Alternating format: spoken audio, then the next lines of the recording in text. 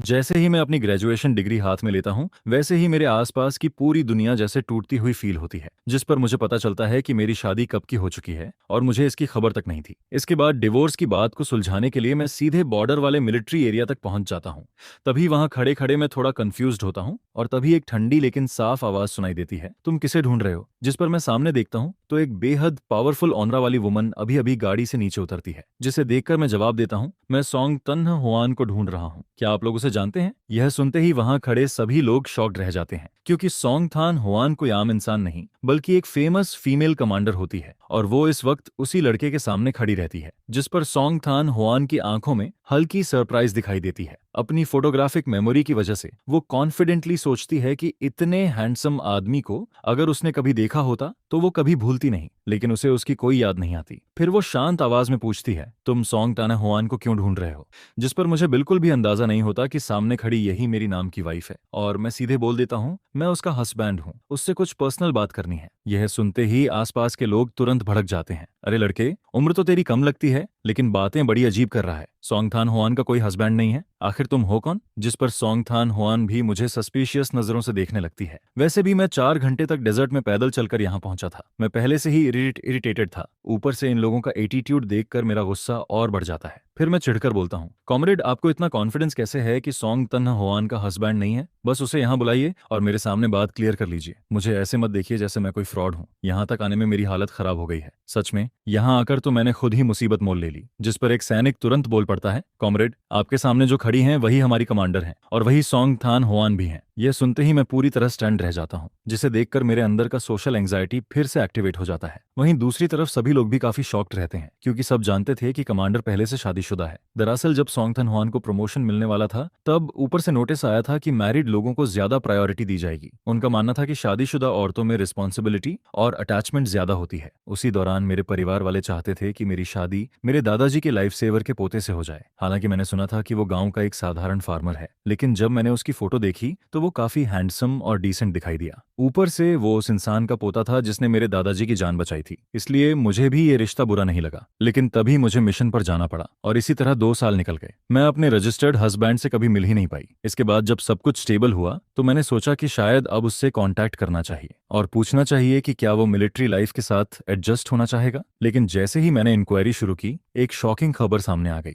यूनत बाच नाम का आदमी अफेयर कर चुका था। यह बात सुनकर मुझे काफी धक्का लगा। ऊपर से मिलिट्री मैरिज को तोड़ क्राइम माना जाता है। शुरुआत में तो मैंने फैसला कर लिया था कि उसे सजा दिलवाऊंगी, लेकिन तभी खबर आती है कि वो आदमी अपनी लवर के साथ सुसाइड कर चुका है, जिस पर सॉन्ग फैमिली काफी सोच विचार के बाद मामला आगे नहीं बढ़ाती। हालांकि वो औरत बच जाती है और अभी तक जेल में बंद रहती है। यह पूरा मामला पूरे मिलिट्री एरिया में फैल चुका था, क्योंकि एक बार लीडरशिप ने सॉन्ग थान हुआन से उसके फैमिली लाइफ के बारे में पूछा था। उन्होंने कहा था कि वो चाहे तो अपने हस्बैंड को कुछ समय यहाँ बुला सकती है ताकि दोनों का रिलेशनशिप मजबूत हो सके, जिस पर मजबूर होकर सॉन्ग थान हुआन ने सच बता दिया। लेकिन दुर्भाग्य से वहां से गुजर रहे एक मिलिट्री फैमिली मेंबर ने सारी बातें सुन ली और वो इंसान काफी गॉसिप करने वाला निकला। इसके बाद पूरे कैंप में यह खबर फैल गई और अब अचानक एक हैंडसम लड़का सामने आकर खुद को कमांडर का हस्बैंड बता रहा था, जिस पर बाकी सैनिकों को यह सब काफी स्ट्रेंज लगने लगता है। फिर सॉन्ग थन हुआन अपनी सोच से बाहर आती है और सीधे बोलती है, मैं ही सॉन्ग थन हुआन हूँ और मेरा कोई हस्बैंड नहीं है, तुम आखिर हो कौन? जिस पर मुझे ऐसा फील होता है जैसे मुझे कोई क्रिमिनल समझा जा रहा हो। फिर मैं बोलता हूँ, क्या आपको फैमिली की तरफ से भेजी गई लेटर नहीं मिली? यह सुनकर सॉन्ग तान हुआन थोड़ा सोचती है। सच में पिछले कुछ समय से उसे कोई लेटर नहीं मिला था। तभी एक सैनिक बोलता है, कमांडर, सॉन्ग फैमिली वाला स्टाफ बीमार है, वो अभी घर पर पड़ा है। यह जगह काफी रिमोट है, इसलिए रिप्लेसमेंट भी नहीं मिला। उसने कुछ दिनों की छुट्टी ली हुई है, शायद कुछ दिन बाद लेटर पहुंचे। इसके बाद वही सैनिक मेरी तरफ देखकर पूछता है, लेकिन तुम्हें यह सब कैसे पता? जिस पर मैं जवाब देता हूँ, कुछ दिन पहले मैं अपने घर की लेटर चेक करने गया था, साथ ही सोचा था कि शायद जल्दी छुट्टी मिल जाए। तभी मैंने उन्हें बीमार हालत में देखा। घर में उनकी देखभाल करने वाला भी कोई नहीं था, इसलिए मैंने उनके लिए कुछ दवाइयां खरीद दी। फिर सॉन्ग तान हुआन बोलती है, ठीक है, मुझे लेटर नहीं मिली, लेकिन ये तो एक्सप्लेन करो कि तुम खुद को मेरा हस्बैंड क्यों कह रहे हो? जिस पर मैं शांत होकर बोलता हूँ, मेरा नाम डू थान है, मैं डू विलेज ल्यू थान काउंटी से हूँ। असल में आपका हस्बैंड विलेज चीफ का बेटा होना चाहिए था, लेकिन उसकी मौत हो गई। तभी मैरिज सर्टिफिकेट निकालते वक्त पता चला कि उस सर्टिफिकेट पर रजिस्टर्ड नाम मेरा था। इसके बाद मैं पूरी बात समझाता हूँ। बाद में इन्वेस्टिगेशन में पता चला कि 2 साल पहले वो नेहद बाच ने आपके साथ शादी रजिस्टर करवाई थी, लेकिन हाउस होल्ड रजिस्टर में उसने मेरी पेज भेज दी थी। उस समय काउंटी में नए हाउस होल्ड रजिस्ट्री रजिस्ट्रेशन चल रहे थे, इसलिए पूरे गांव के लोग अपनी फैमिली रजिस्टर विलेज चीफ के घर छोड़ देते थे। वूनट बक आपसे शादी नहीं करना चाहता था, लेकिन फैमिली प्रेशर की वजह से उसने चुपके से मेरी रजिस्ट्रेशन पेज भेज दी। उस वक्त मैं कैपिटल सिटी में यूनिवर्सिटी में पढ़ाई कर रहा था। मुझे इस शादी के बारे में कुछ भी पता नहीं था और मेरे फैमिली वालों ने भी ठीक से डॉक्यूमेंट्स चेक नहीं किए। इसी कंफ्यूजन में हमारी शादी हो गई। फिर मैं सीधा बोलता हूँ, अगर ये एक्सीडेंट नहीं होता तो हमारा कोई कनेक्शन ही नहीं होता। आप एक रिस्पेक्टेड कमांडर हैं, जाहिर है आप अरेंज्ड मैरिज नहीं चाहेंगी, और मैं भी बिल्कुल ऐसा ही सोचता हूँ, इसलिए मैं यहाँ डिवोर्स की बात करने आया हूँ। लेकिन दोनों फैमिलीज चाहती हैं कि हम रिलेशनशिप इंप्रूव करने की कोशिश करें। मेरा फैमिली भी डिवोर्स के खिलाफ है, इसलिए मैंने फिलहाल हाँ तो बोल दिया, लेकिन वो सिर्फ टाइम पास करने के लिए था। असल में मैं आपसे कोऑपरेशन की बात करने आया हूँ। मैं यहाँ 1 महीने रुकूंगा। आप मुझे इग्नोर कर सकती हैं जैसे मैं यहाँ हूँ ही नहीं। 1 महीने बाद हम दोनों घर पर कॉल करके कह देंगे कि हमारी पर्सनालिटीज मैच नहीं करती और हम साथ नहीं रह सकते। तब डिवोर्स आसानी से हो जाएगा। जिस पर सोंग थान हुआन उसके कॉन्फिडेंट तरीके को देखकर थोड़ी सरप्राइज्ड होती है। सामने खड़ा यह आदमी काफी काम और क्लासी ऑरा रखता है। फिर मैरिज सर्टिफिकेट से जुड़ी सारी परेशानियां और उस चीटिंग करने वाले वो नहदबाज को याद करके सोंग थान हुआन के दिल का बोझ थोड़ा हल्का हो जाता है। इसके बाद वो बोलती है, ठीक है, फिलहाल तुम यहीं रुक जाओ, मैं वापस जाकर डिवोर्स रिपोर्ट लिख देती हूँ। जिस पर मैं हल्की स्माइल के साथ जवाब देता हूँ, धन्यवाद, इस महीने आपको परेशानी दूंगा, बस कहीं रहने की जगह मिल जाए तो काफी है। क्या मिलिट्री एरिया में डॉर्मेटरी या कोई खाली कमरा है? अगर नहीं तो मैं 1 महीना और मैनेज कर लूंगा। आपको मेरी चिंता करने की जरूरत नहीं है, मैं जल्दी ही चला जाऊंगा। सामने खड़ा यह आदमी सच में लोगों का ध्यान अपनी तरफ खींच लेता है। और सबसे शॉकिंग बात यह रहती है कि डू थान के हाथों में बिल्कुल भी मेहनत के निशान या छाले नहीं दिखाई देते। जिस पर सोंग थान हुआन मन ही मन सोचती है कि भले ही डू थान किसी दूर दराज गांव से आया हो, लेकिन उसके फैमिली कंडीशंस जरूर अच्छे रहे होंगे। कम से कम उसे बचपन से काफी अच्छे से पाला गया था, नहीं तो उसके हाथ इतने साफ और मुलायम कभी नहीं होते। उनमें मेहनत के कोई निशान तक नहीं दिखाई देते। इसके बाद सोंग थान हुआन बोलती है, चलो अब मैं तुम्हें मिलिट्री एरिया लेकर चलती हूँ और रहने की जगह अरेंज कर देती हूँ। जिस पर मुझे अचानक याद आता है और मैं बोलता हूँ, वैसे बस से उतरने के बाद मेरा सूटकेस रास्ते में कहीं खो गया। अगर आपको समय मिले तो उसे ढूंढने में मदद कर दीजिएगा। सच कहें तो इतनी दूर सिर्फ एक बैकपैक लेकर आना काफी अजीब लगता, तो असल में मेरा लग्जरी रास्ते में ही छूट गया था। यह सुनते ही सोंग तान हुआन तुरंत तालुआंग से कहती है, तुम पेट्रोल रूट वाले रास्ते पर गाड़ी लेकर जाओ, जहां डेजर्ट के अंदर बस रुकती है वहां तक चेक करो, अगर कोई सूटकेस मिले तो उसे वापस ले आना। जिस पर तालुआंग कमांडर की मिलिट्री जीप लेकर सीधे डेजर्ट की तरफ निकल जाता है। वहीं सोंग दान हुआन मुझे साथ लेकर मिलिट्री एरिया की तरफ जाने लगती है। दरअसल तान होई मिलिट्री जोन एक बॉर्डर डेजर्ट एरिया होता है। वहां पहुंचने के लिए अभी भी लंबा रास्ता तय करना पड़ता है और पिछले कुछ दिनों से मैं लगातार ट्रैवल करते करते पूरी तरह थक चुका था। जिस पर जैसे ही मैं पैसेंजर सीट पर बैठता हूँ, मेरा पूरा शरीर रिलैक्स होने लगता है। फिर सोंग तान हुआन बोलती है, शायद तुम बस से गलत जगह उतर गए थे, क्योंकि उस जगह से यहाँ आने के लिए पूरा डेजर्ट क्रॉस करना पड़ता है, तभी बॉर्डर चेक पॉइंट मिलता है। लेकिन कुछ मिनट गुजरने के बाद भी उसे मेरी तरफ से कोई जवाब नहीं मिलता।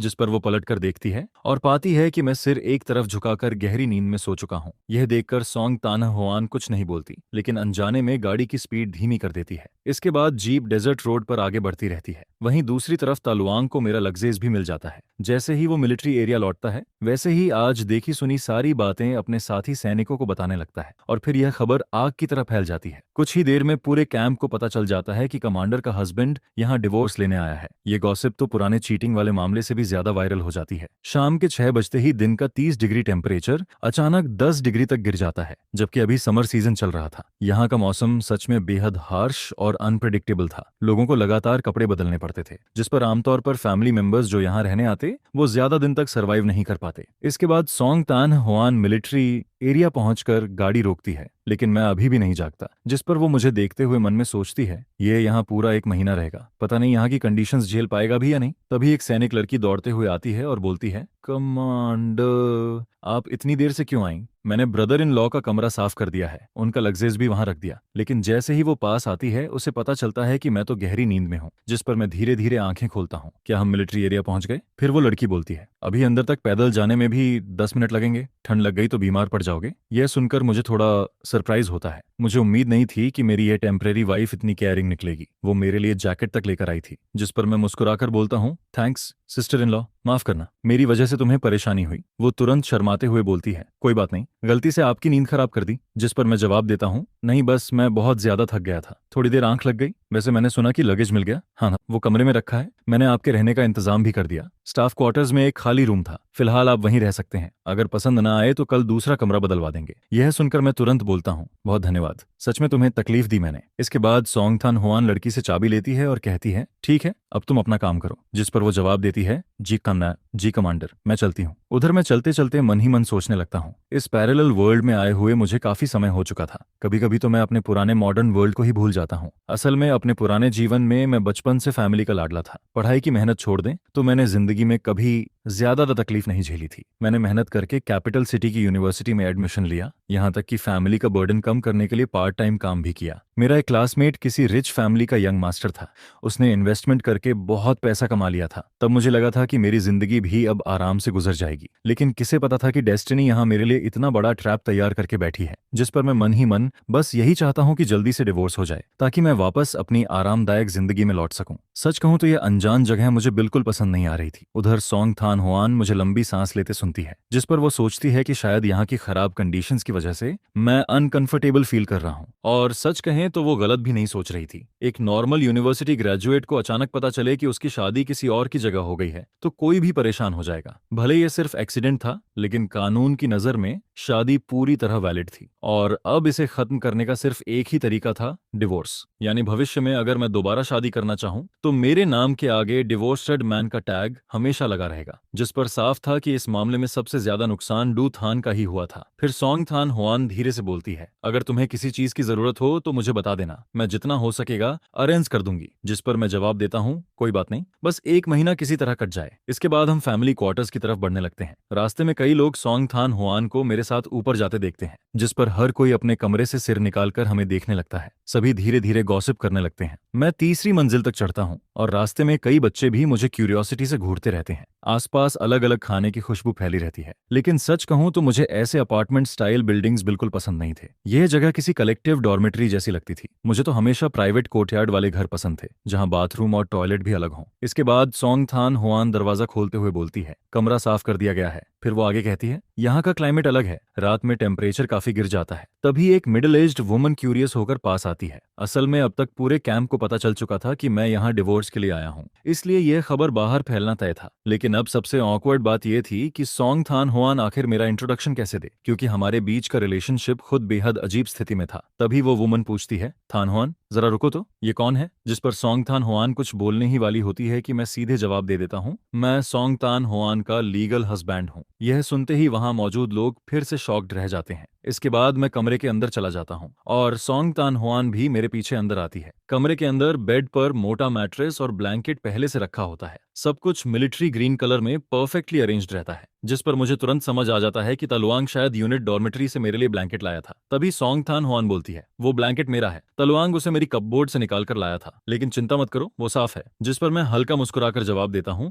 ठीक है, धन्यवाद, जाते वक्त मैं इसे धोकर वापस कर दूंगा। फिर वो समझाते हुए कहती है, हर फ्लोर पर पब्लिक वाटर टैप है, बाथरूम नीचे फर्स्ट फ्लोर पर है और अभी इस समय कैफेटेरिया में खाना भी मिल जाएगा। चाहो तो मैं तुम्हें वहां ले चलूं या खाना लाकर दे दूं। यह सुनते ही मुझे सच में भूख फील होने लगती है, जिस पर मैं तुरंत बोलता हूँ, चलो साथ में खाना खाने चलते हैं, वैसे भी मुझे रास्ते याद करने हैं, मैं रोज रोज तुम्हें परेशान नहीं कर सकता। उधर बाहर कुछ औरतें धीरे धीरे गॉसिप करने लगती हैं, अरे कमांडर का हस्बैंड कितना हैंडसम है, सुना है वो यहाँ डिवोर्स लेने आया है, इतना हैंडसम आदमी हो तो दूसरी शादी के लिए भी लाइन लग जाएगी। फिर दूसरी औरत बोलती है, तो आज की रूमर सच थी? जिस पर जवाब आता है, बिल्कुल, अगर वो डिवोर्स लेने नहीं आता तो यहाँ क्यों आता? ऊपर से वो एक आउटस्टैंडिंग यूनिवर्सिटी स्टूडेंट भी है, इतना अच्छा लड़का है, जाहिर है उसके दिल में यह शादी कभी थी ही नहीं। हालांकि ये शादी गलती से हुई थी, लेकिन लोगों को फिर भी मैं और सोंग थान हुआन साथ में काफी अच्छे लग रहे थे। जिस पर कुछ औरतें आपस में बातें करने लगती हैं। कमांडर सोंग का फैमिली तो पूरा कैपिटल सिटी में रहता है, सबके पास स्टेबल जॉब्स हैं और फैमिली कंडीशंस भी काफी अच्छी हैं। वैसे सोंग तन्हा हुआन बस थोड़ी कोल्ड पर्सनैलिटी वाली है, वरना दिल की बहुत अच्छी इंसान है। और उसका वो छोटा सा खूबसूरत चेहरा देखो, अगर वो मिलिट्री में नहीं होती तो बाहर जाकर कम से कम कोई बड़ी सेलिब्रिटी जरूर बनती। फिर दूसरी औरत बोलती है, और सच कहूं तो दोनों साथ में चलते हुए बहुत परफेक्ट लग रहे हैं, वही क्या कहते हैं, टैलेंटेड मैन और ब्यूटीफुल वुमन वाली जोड़ी। जिस पर मैं और सोंग थान हुआन फैमिली क्वार्टर्स से निकलकर मिलिट्री कैफेटेरिया की तरफ बढ़ने लगते हैं। रास्ते में ज्यादातर लोग सोल्जर्स ही दिखाई देते हैं।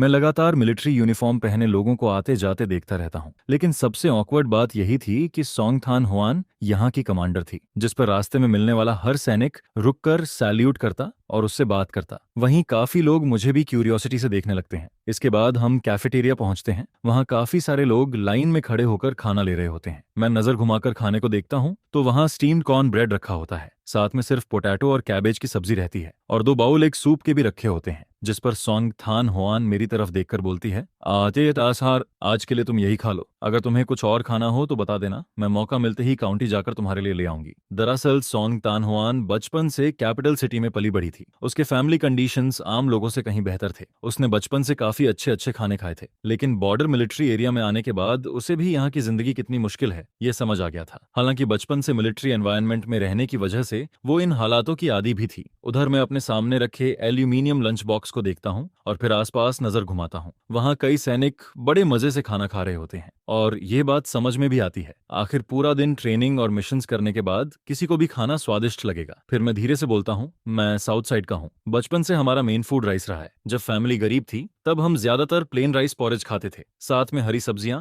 पिकल या स्टीम्ड एग्स चलते थे। इसलिए यहाँ का खाना ऑनेस्टली मेरे टेस्ट के हिसाब से नहीं है। शायद आज ज्यादा ट्रैवल करने की वजह से भी अब भूख कम हो गई है। जिस पर सोंग तान होआन तुरंत बोलती है, फिर भी थोड़ा खा लो, अगर नहीं खा पाए तो मैं इसे पैक करवा देती हूँ, बाद में रात में खा लेना। यह सुनकर मैं पहले उसके खाने का हिस्सा अलग कर देता हूँ और बोलता हूँ, पहले तुम अपना हिस्सा ले लो, कहीं ऐसा ना हो कि मैं तुम्हारा खाना खराब कर दूं, मेरे लिए इतना काफी है। जिस पर सोंग थान होआन हल्का सा सिर हिलाती है। इसके बाद वो अपना लंच बॉक्स लेकर कैफेटेरिया के बाहर लगे पानी के नल की तरफ चली जाती है और मुझे कुछ भी करने नहीं देती। तभी पीछे से एक औरत आवाज लगाती है, लिटिल सॉन्ग, लिटिल सॉन्ग। उसके साथ एक और मिडिल एज्ड वुमन भी होती है। फिर वो मुस्कुराते हुए पूछती है, सुना है तुम्हारे घर से कोई आया है, क्या यही तुम्हारे हस्बैंड हैं? जिस पर सोंग थान होआन थोड़ा ऑकवर्ड होकर बोलती है, मामला थोड़ा कॉम्प्लिकेटेड है, बाद में एक्सप्लेन करूंगी। यह सुनते ही वो औरत मुझे ऊपर से नीचे तक देखकर बोलती है, अरे वाह, ये लड़का तो बहुत हैंडसम है। बेटा, तुम कहाँ के रहने वाले हो? जिस पर मैं पोलाइटली जवाब देता हूँ, हेलो सिस्टर, मेरा नाम दुथान है, मैं साउथ साइड से हूँ। यह सुनते ही वो एक्साइटेड होकर बोलती है, साउथ साइड से हो? तभी लोग कहते हैं कि साउथ साइड की मिट्टी अच्छे लोगों को जन्म देती है।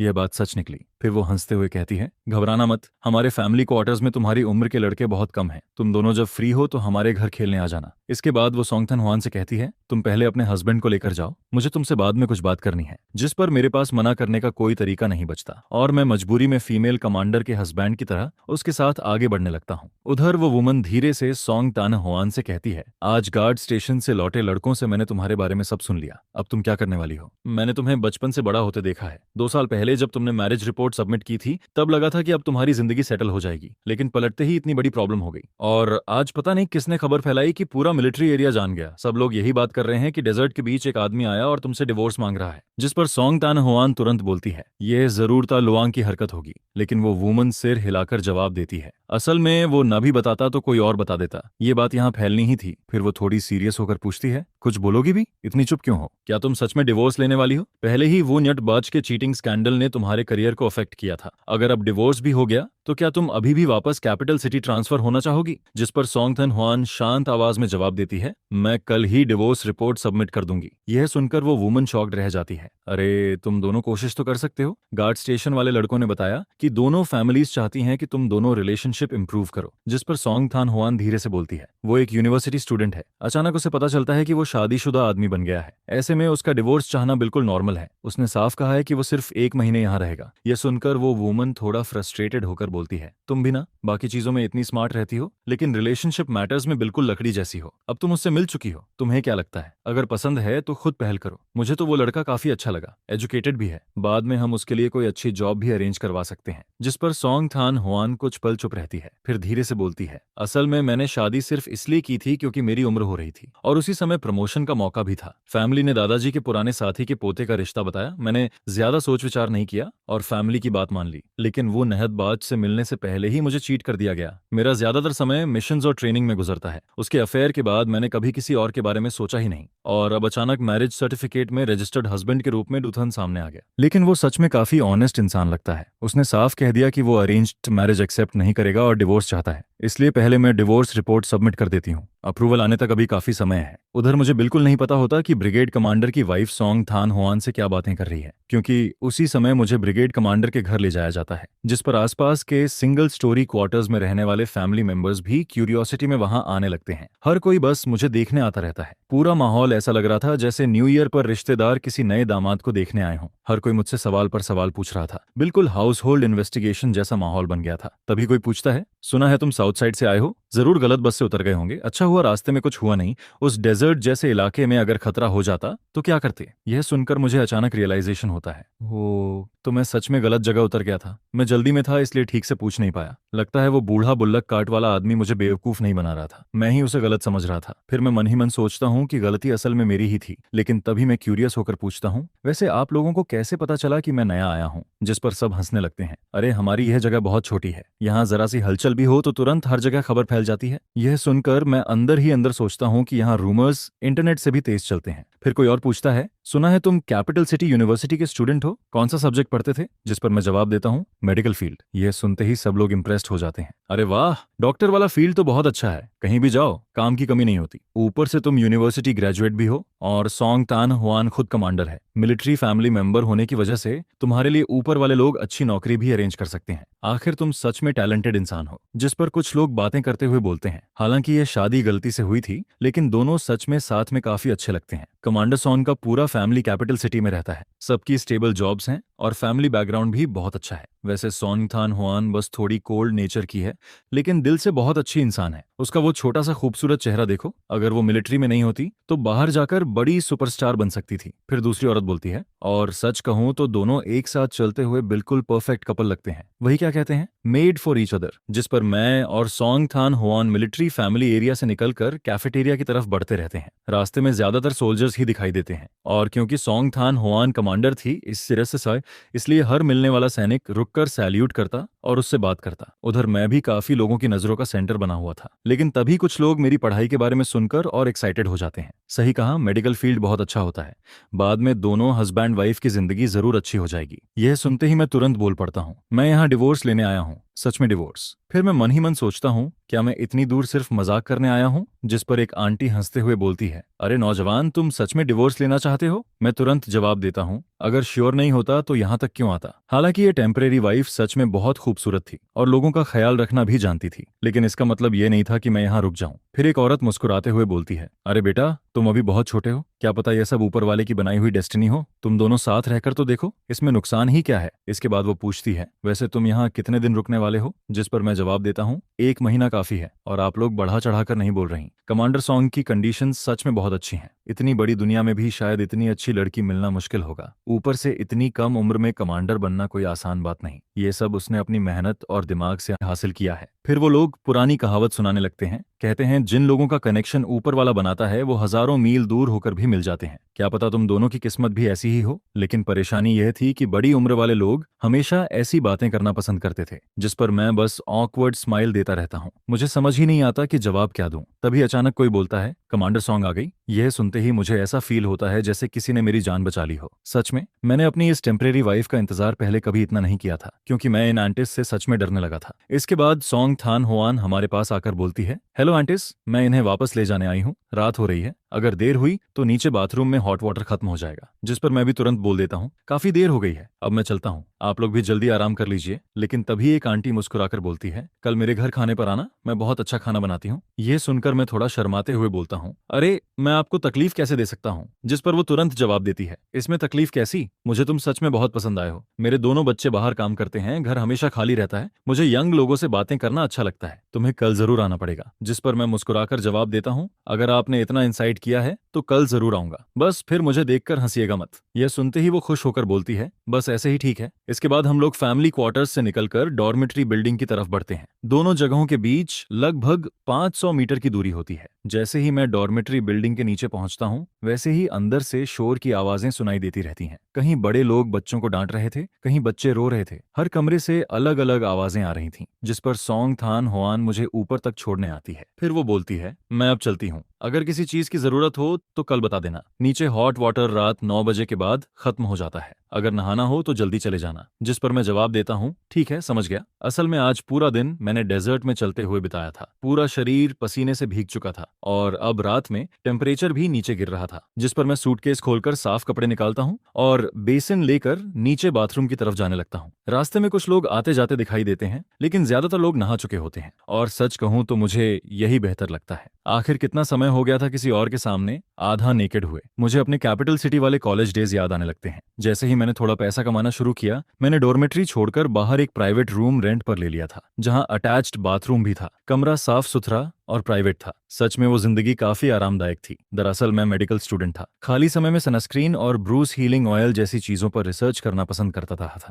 मैं खुद हैंडसम भी था और काफी स्किल्ड भी। कैपिटल सिटी में कई लोग मेरी स्किन की तारीफ करते थे, जिस पर मैं उन्हें सनस्क्रीन की इंपॉर्टेंस समझाने लगता था, और जिन लोगों को चोट लगती वो मेरा मेडिसिनल ऑयल इस्तेमाल करते थे। बाद में वो लोग दूसरों को बताते कि मेरा ऑयल बहुत असरदार है, जिस पर धीरे धीरे मेरी रेप्यूटेशन फैलने लगी। काफी लोग मुझसे सनस्क्रीन और मेडिसिनल ऑयल खरीदने आने लगे और मैंने काफी पैसा भी कमाया। इन्हीं ख्यालों में खोया हुआ मैं बाथरूम की तरफ बढ़ता रहता हूँ। तभी कुछ सोल्जर्स अंदर से बाहर आते दिखाई देते हैं। वो मुझे देखकर फ्रेंडली तरीके से बोलते हैं, अरे नौजवान, जल्दी जाओ, नहीं तो थोड़ी देर में हॉट वाटर खत्म हो जाएगा, फिर ठंड लगकर बीमार पड़ जाओगे। जिस पर मैं पोलाइटली जवाब देता हूँ, ठीक है, थैंक यू ब्रदर्स। तभी उनमें से एक धीरे से बोलता है, कमांडर सॉन्ग का नया टारगेट सच में बहुत हैंडसम है। यह सुनकर मैं थोड़ा तेज चलने लगता हूँ और मन ही मन सोचता हूँ कि बेहतर होगा कल से खुद ही थोड़ा हॉट वाटर लेकर कमरे में नहा लिया करूं। हालांकि यह थोड़ा ट्रबलसम था, क्योंकि यहाँ शायद बकेट या एक्स्ट्रा हॉट वाटर का इंतजाम भी नहीं था। जिस पर मैं सोचता हूँ कि कल अपनी इस टेम्परेरी वाइफ से इस बारे में बात करनी पड़ेगी। इसके बाद मैं पब्लिक बाथरूम के अंदर पहुंचता हूँ। शायद देर होने की वजह से वहां अब कोई नहीं बचा था। यह देखकर मैं राहत की सांस लेता हूँ। फिर जल्दी जल्दी नहाकर वापस कमरे में लौट आता हूँ और बिस्तर पर लेटते ही कब मुझे नींद आ जाती है इसका मुझे खुद पता नहीं चलता। लेकिन अगली सुबह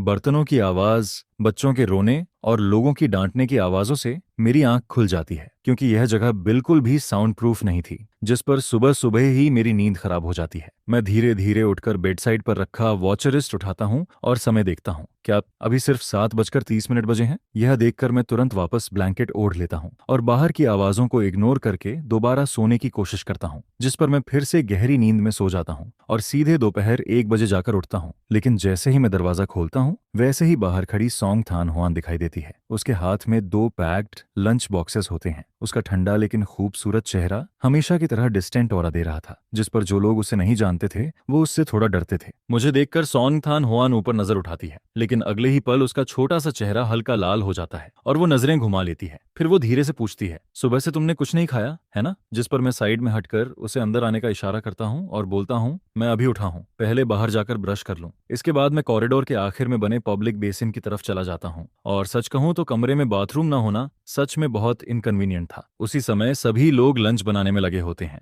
तभी अचानक एक आदमी पैजामाज पहने और टूथ ब्रश लेकर कॉरिडोर में निकलता है, जिस पर नेचुरली सबकी नजरें मेरी तरफ चली जाती हैं। जैसे ही मैं वॉश बेसिन के पास रुकता हूँ, वैसे ही कुछ औरतें धीरे धीरे गॉसिप करने लगती हैं। देखा, कैपिटल सिटी से आए लोग अलग ही होते हैं। उसके पैजामेज देखकर ही पता चल रहा है कि वो महंगे हैं। कपड़ा भी बहुत स्मूथ लग रहा है और उसकी स्लीपर्स भी कितनी अच्छी क्वालिटी की हैं, हमारे जैसी बिल्कुल नहीं। कितना साफ सुथरा लड़का है। लेकिन तभी दूसरी औरत ताना मारते हुए बोलती है, मेरे हिसाब से इसका कमांडर सॉन्ग से डिवोर्स हो जाना ही बेहतर है। लड़का देखने में हैंडसम जरूर है, लेकिन बहुत लेजी लगता है। दोपहर तक सोता रहा, ऊपर से कमांडर को खुद उसके लिए खाना लाना पड़ा। फिर एक औरत बोलती है, हाँ हैंडसम तो है, लेकिन दोपहर तक सोना और लोगों से खाना खिलवाना बिल्कुल किसी कैपिटलिस्ट यंग मास्टर जैसा एटीट्यूड है। ऐसा आदमी कमांडर सॉन्ग के लायक कैसे हो सकता है? लेकिन तभी दूसरी औरत तुरंत बोल पड़ती है, कैसा कैपिटलिस्ट यंग मास्टर? वो तो असली गांव का लड़का है, उसका बैकग्राउंड बिल्कुल क्लीन है। जिस पर पहली औरत शॉक्ड होकर पूछती है, तुम्हें कैसे पता? और जवाब आता है, कल जो लोग ली होंग मे के घर गॉसिप देखने गए थे उन्होंने बताया। जिस पर वो औरतें आगे बातें करने लगती हैं, सुना है उसका फैमिली गरीब जरूर है, लेकिन 3 पीढ़ियों तक सिर्फ लड़कियां ही पैदा हुई थीं।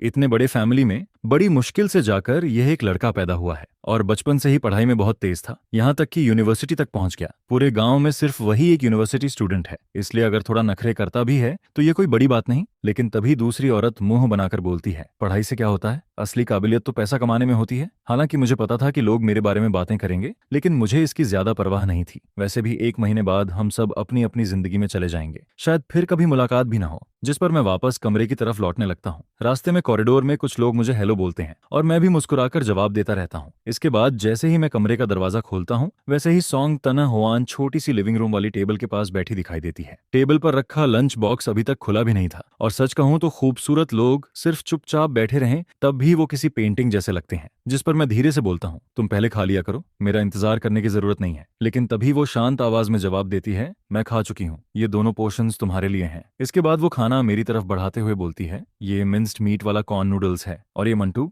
मुझे नहीं पता तुम्हें क्या पसंद है, इसलिए थोड़ा थोड़ा सब ले आई। सच कहूं तो पहली मुलाकात के अलावा उसने अब तक मेरे साथ कभी बुरा व्यवहार नहीं किया था। उसका हर एक्शन काम, मैच्योर और केयरिंग था। जिस पर अचानक मेरे दिमाग में वो नेहद बच और उसकी लवर की बात आने लगती है। अगर दोनों सच में एक दूसरे से प्यार करते तो शायद मैं कुछ नहीं सोचता, लेकिन असल में मामला कुछ और था। वो एजुकेटेड विलेज गर्ल बस मुश्किल जिंदगी नहीं जीना चाहती थी, इसलिए उसने विलेज सेक्रेटरी के बेटे को फंसाया और उससे चोरी छिपे खाना और सामान मंगवाती रही। और बात वहीं खत्म नहीं हुई। शादी होने के बाद भी उसने वो नहदबाज को बहकाया, यहाँ तक कि वो प्रेग्नेंट हो गई और दावा करने लगी कि बच्चा वो नहदबाज का है। इसके बाद उसने वो नहदबाज को रिवर में कूदकर सुसाइड करने के लिए भी उकसाया, जिस पर मैं मन ही मन सोचने लगता हूँ, सच में इस दौर के यंग लोग इतने आसानी से कैसे बेवकूफ बन जाते हैं। अगर वो नहदबाज ने ये सब नहीं किया होता और ऑनेस्टली सोंगथान होआन के साथ रहता तो उसका फ्यूचर शायद काफी अच्छा होता। इसी बीच मैं सामने रखे खाने को देखकर बोलता हूँ, इतना सब मैं अकेला खत्म नहीं कर पाऊंगा, तुम भी थोड़ा खा लो, नहीं तो वेस्ट हो जाएगा। जिस पर सोंगथान होआन पूछती है, क्या इतना खाना तुम्हारे लिए काफी है? मैं जवाब देता हूँ, शायद। असल में मुझे व्हीट फ्लावर वाली चीजें ज्यादा पसंद नहीं। काश कोई मेरे दिल की बात समझ पाता। अगर यहाँ व्हाइट राइस और स्टेयर फ्राई डिशेस होती तो मैं आराम से 2 बड़े बाउल खत्म कर देता। जिस पर सोंगथान होआन आधा मांगटू उठाकर खाने लगती है। उधर वो मुझे क्वाइटली ऑब्जर्व करती रहती है, क्योंकि मेरा खाने का तरीका काफी एलिगेंट था, बिल्कुल मिलिट्री वाले रफ सोल्जर्स जैसा नहीं। हालांकि नॉर्मली मैं काफी जल्दी खाता था, लेकिन जो खाना मुझे पसंद नहीं आता उसके साथ मेरी स्पीड अपने आप स्लो हो जाती थी। इसके बाद सोंगथान होआन मेरे खाली बॉल्स उठाते हुए बोलती है, इन्हें मैं धो देती हूँ। वैसे तुम्हें यहाँ किसी और चीज की जरूरत है क्या? मैं तुम्हारे लिए अरेंज कर दूंगी। शायद वो सोच रही थी कि मैं इतनी दूर ट्रैवल करके यहाँ आया हूँ, इसलिए मेरा थोड़ा ज्यादा ख्याल रखना चाहिए। जिस पर मैं थोड़ा एम्बेरेस्ड जरूर होता हूँ, लेकिन उससे बॉल्स छीनने की कोशिश नहीं करता। मैं उन लोगों में से नहीं था जिन्हें हर काम बराबर बांटना जरूरी लगता है। अगर कोई मेरी मदद करना चाहता था तो मैं खुशी से एंजॉय कर लेता था। वैसे भी इस मामले में मेरी स्किन काफी थिक थी। फिर मैं थोड़ा हिचकते हुए बोलता हूँ, असल में मुझे पब्लिक बाथरूम की आदत नहीं है, वहाँ बहुत लोग होते हैं। मैं खुद पानी गर्म करके कमरे में नहाना चाहता हूँ, इसीलिए मुझे एक बड़ा टब और पानी गर्म करने वाला पॉट चाहिए। और हाँ, मेरे पास स्टोव भी नहीं है। यह कहते हुए मुझे खुद अजीब लगने लगता है। क्या अब मुझे खुद कोल स्टोव जलाना सीखना पड़ेगा?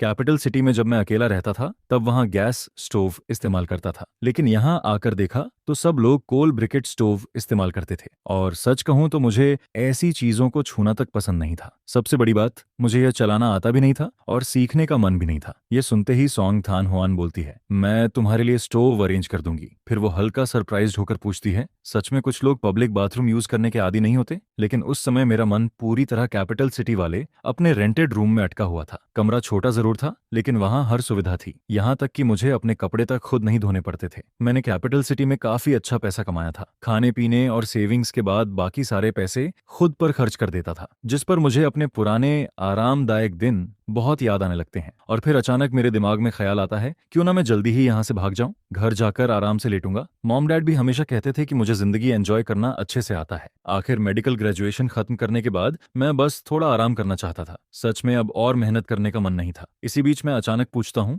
वैसे तुमने डिवोर्स रिपोर्ट सबमिट कर दी? जिस पर सोंगथान होआन जवाब देती है, आज सुबह ही सबमिट की है, शायद कुछ दिनों में रिजल्ट आ जाएगा। यह सुनते ही मेरा मूड अच्छा हो जाता है। ठीक है, बस डिवोर्स अप्रूव हो जाए, फिर सब आसान हो जाएगा। हालांकि यहाँ की कंडीशंस कैपिटल सिटी जितनी अच्छी नहीं थी और यहाँ घर जैसी फ्रीडम भी नहीं थी, लेकिन मैं खुद को समझाता रहता हूँ कि मैं ये सब झेल सकता हूँ। फिर मैं बोलता हूँ, असल में मुझे तुमसे एक बात करनी थी। जिस पर सोंगथान होआन शांत होकर जवाब देती है, बोलो। मैं तुरंत पूछता हूँ, डिवोर्स रिपोर्ट का रिजल्ट लगभग 10 दिनों में आ जाएगा, है ना? जिस पर वो सिर हिलाती है। फिर मैं बोलता हूँ, जैसे ही रिजल्ट आएगा मैं यहाँ से चला जाऊंगा। शुरुआत में मेरा प्लान था कि मैं यहाँ पूरा 1 महीना रुकूं, ताकि दोनों फैमिलीज को लगे कि हमने सच में रिलेशनशिप इंप्रूव करने की कोशिश की। लेकिन मुझे लगता है कि अगर मैं जल्दी चला जाऊं तो भी कोई बड़ी प्रॉब्लम नहीं होगी। अगर बाद में तुम्हारे फैमिली वाले पूछें तो बस इतना कह देना कि मैं यहाँ 1 महीना रुका था। हमने एक दूसरे को सीरियसली जानने की कोशिश की, लेकिन आखिर में पर्सनैलिटीज मैच नहीं हुई। बस मेरी थोड़ी हेल्प कर देना, क्योंकि मुझे डर है कि अगर मेरे फैमिली वालों को सच्चाई पता चली तो वो फिर मुझे लेक्चर देना शुरू कर देंगे। लेकिन यह सुनते ही सोंगथान होआन का मूड थोड़ा हैवी हो जाता है। हालांकि मैं ये समझ नहीं पाता।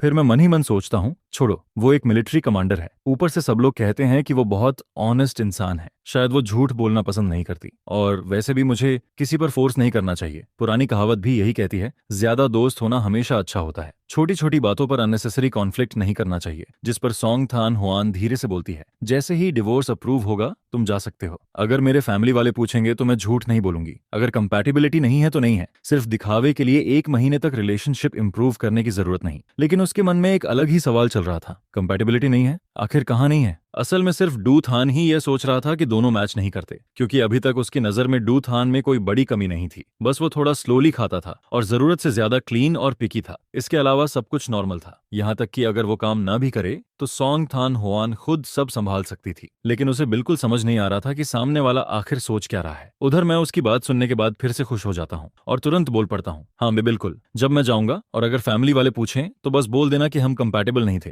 बड़े लोग भी हमें फोर्स नहीं कर पाएंगे। यह कहते ही मेरा मूड पूरी तरह अच्छा हो जाता है। आखिर बस कुछ दिन और, फिर मैं बॉर्डर एरिया से वापस जाकर आराम करूंगा और उसके बाद कैपिटल सिटी चला जाऊंगा। मेरा सनस्क्रीन और मेडिसिनल ऑयल पहले से ही बहुत बिक रहा था। बाद में अगर मैं नए प्रोडक्ट्स डेवलप करूं तो और भी ढेर सारा पैसा कमा सकता हूं। इसके बाद मैं फिर से सोचने लगता हूं कि क्या मुझे किन्थी के हॉस्पिटल में जाकर काम करना चाहिए। वैसे भी घर से थोड़ा दूर तो है, लेकिन अगर मैं अपनी छुट्टियां बचाकर रखूं तो हर 2 महीने में एक बार घर वापस आना नामुमकिन भी नहीं है। जिस पर कुछ ही पलों में मैं अपने फ्यूचर का पूरा प्लान बना लेता हूँ। हर चीज के बारे में सोच लिया था, लेकिन सिर्फ शादी के बारे में कभी नहीं सोचा। आखिर मेरे पास 2 जिंदगी की मेमोरीज हैं और पिछली जिंदगी में डिवोर्स रेट शादी से भी ज्यादा हुआ करता था। ढेर सारे लोग तो शादी तक नहीं करते थे। उस वक्त मैं भी काफी जवान था, अभी अभी यूनिवर्सिटी से ग्रेजुएट हुआ था और बस 20 साल की उम्र पार की थी, इसीलिए कभी इस बारे में सीरियसली नहीं सोचा। फिर इस दुनिया में आने के बाद मैं पूरी तरह पढ़ाई में लग गया, जिस पर शादी जैसी चीज तो दिमाग में आई ही नहीं। स्कूल में भी मेरे पीछे पसंद करने वालों की कमी नहीं थी, लेकिन मेरे लिए लड़कियां सिर्फ मेरी पढ़ाई में डिस्टर्बेंस बनती थीं, स्कॉलरशिप पाने में रुकावट डालती थीं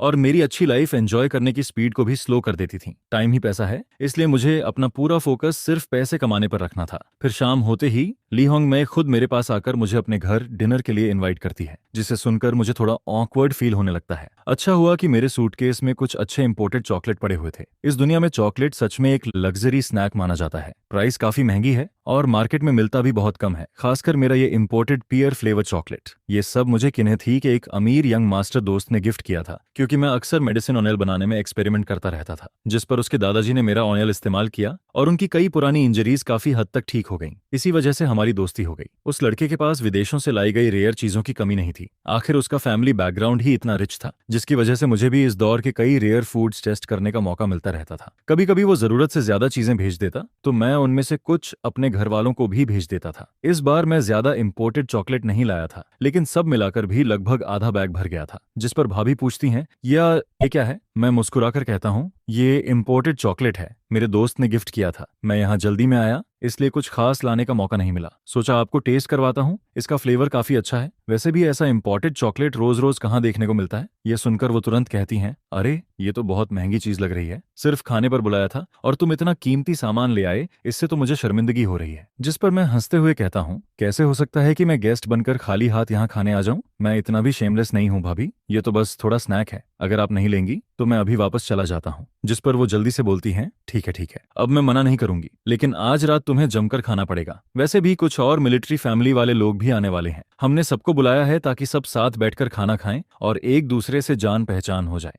असल में दोनों पति पत्नी ने पहले से कोई बात नहीं की थी, लेकिन दोनों की सोच बिल्कुल सेम थी। वो दोनों मुझे और तोंग थान होआंग को करीब लाना चाहते थे, इसलिए डिनर पर वही लोग बुलाए गए थे जिनसे उनका रोज का अच्छा रिलेशन था। वहां battalion commander, political commissioner, deputy battalion commander और डिप्टी रेजिमेंट कमांडर तक मौजूद थे। सब लोग आम दिनों में भी काफी फ्रेंडली रहते थे। बाहर निकलकर बस खाना पीना, थोड़ी शराब और कैजुअल बातें करना ही उनका एंटरटेनमेंट था। लेकिन असली काम तो वहां मौजूद महिलाओं का था। वो सब बातें करते करते धीरे धीरे हमारी सेटिंग कराने में लगी हुई थीं और बार बार तोंग डोंग ट्रोंग की तारीफ कर रही थीं। वहां 4 भाभियां बैठी थीं और उनके साथ छोटे छोटे बच्चे भी थे। हर बच्चा गोल मटोल और गोरा था, जिन्हें देखकर तुरंत गोद में उठाने का मन करता है। टेबल पर ढेर सारे डिशेज रखे हुए थे। एक नजर में ही समझ आ जाता है कि काफी मेहनत और खर्चा किया गया है। पूरा प्लेट चिकन से भरा हुआ था। Potato vermicelli stew, breast fish, wood ear mushroom के साथ stir fry meat, smoked meat with pickled vegetables, अनेक सूप तक रखा था। लेकिन मेन फूड अभी ग्रेन बन्स ही थे, बड़े बड़े कॉर्नफ्लोर माउंटू, और हर चीज पूरे बेसिन भरकर रखी हुई थी। इनमें से कुछ डिशेज तो गेस्ट्स खुद अपने घर से लेकर आए थे। आखिर इस दौर में यही ट्रेडिशन था, अगर कोई खाने पर बुलाता तो गेस्ट भी घर से थोड़ा अच्छा खाना लेकर आता ताकि मील और अच्छा बन सके।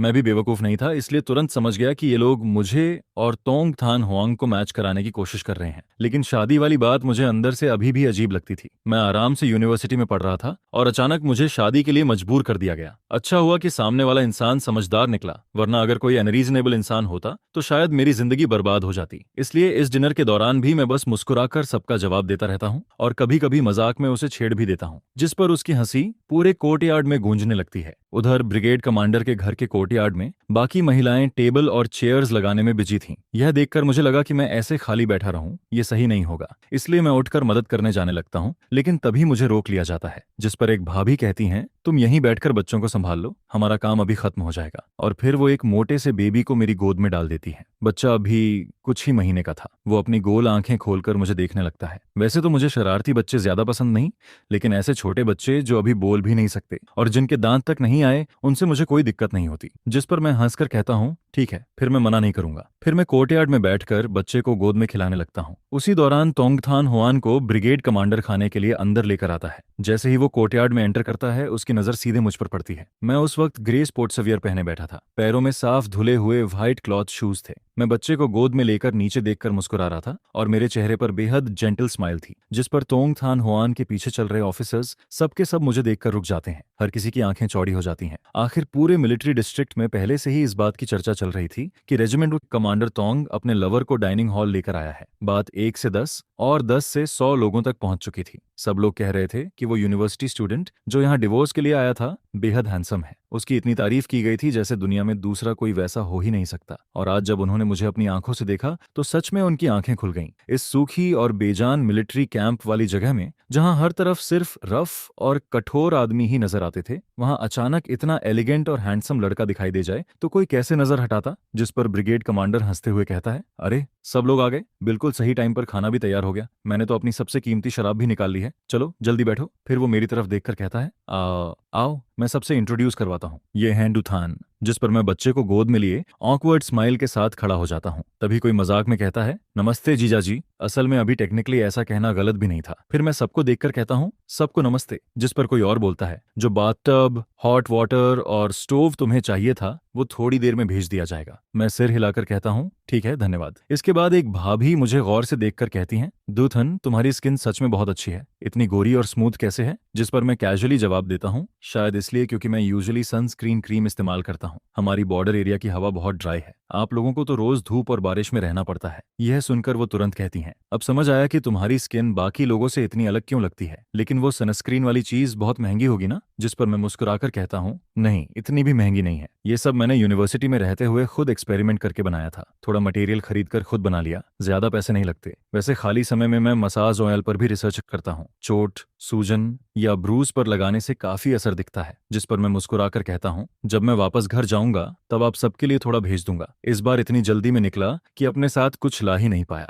यह सुनकर एक भाभी तुरंत हाथ हिलाते हुए कहती हैं, अरे रहने दो, मैंने तो बस ऐसे ही पूछ लिया था। तुम खुद इतनी चीजें बनाते हो, उसमें भी काफी मेहनत लगती होगी। फिर दूसरी तरफ से आवाज आती है, वैसे ग्रेजुएशन के बाद तुम्हें एटा में जॉब मिली या नहीं? सुना है हमारे मिलिट्री हॉस्पिटल में अभी डॉक्टर्स की कमी चल रही है। अगर जरूरत हो तो मेरे हस्बैंड एक बात कर देंगे। असल में लिहोंग में अब मुझे यहीं रोकने का प्लान बनाने लगी थी। पहले इंसान को रोक लो, बाकी बातें बाद में देखी जाएंगी। जिस पर मैं आराम से जवाब देता हूँ, अभी इतनी जल्दी नहीं है, मैंने अभी अभी ग्रेजुएशन खत्म किया है। अगर जॉब करनी होगी तो यूनिवर्सिटी के टीचर्स खुद रिकमेंड कर देंगे। वैसे भी मैं 1-2 महीने आराम करना चाहता हूँ। इतने साल यूनिवर्सिटी में पढ़ते पढ़ते मेरा दिमाग सच में थक गया है। ये नॉर्मल टायर्डनेस वाली बात नहीं है। अगर स्कॉलरशिप की जरूरत नहीं होती तो मैं तो बस आराम से जिंदगी बिताना चाहता था। इसके बाद मैं हल्का हंसते हुए कहता हूँ, इन सालों में मैं उन क्लासमेट्स जैसा कभी नहीं बन पाया जिनके पास मेडिकल टैलेंट था। मुझे हमेशा दूसरों से 3-4 गुना ज्यादा मेहनत करनी पड़ती थी, तब जाकर मैं टॉप स्टूडेंट्स में खड़ा हो पाता था। सच में जान निकल जाती थी। जिस पर मुझे अपने टीचर्स याद आने लगते हैं। वो लोग हमेशा यही सोचते थे कि मैं मेडिसिन फील्ड को लेकर बहुत पैशनेट हूँ।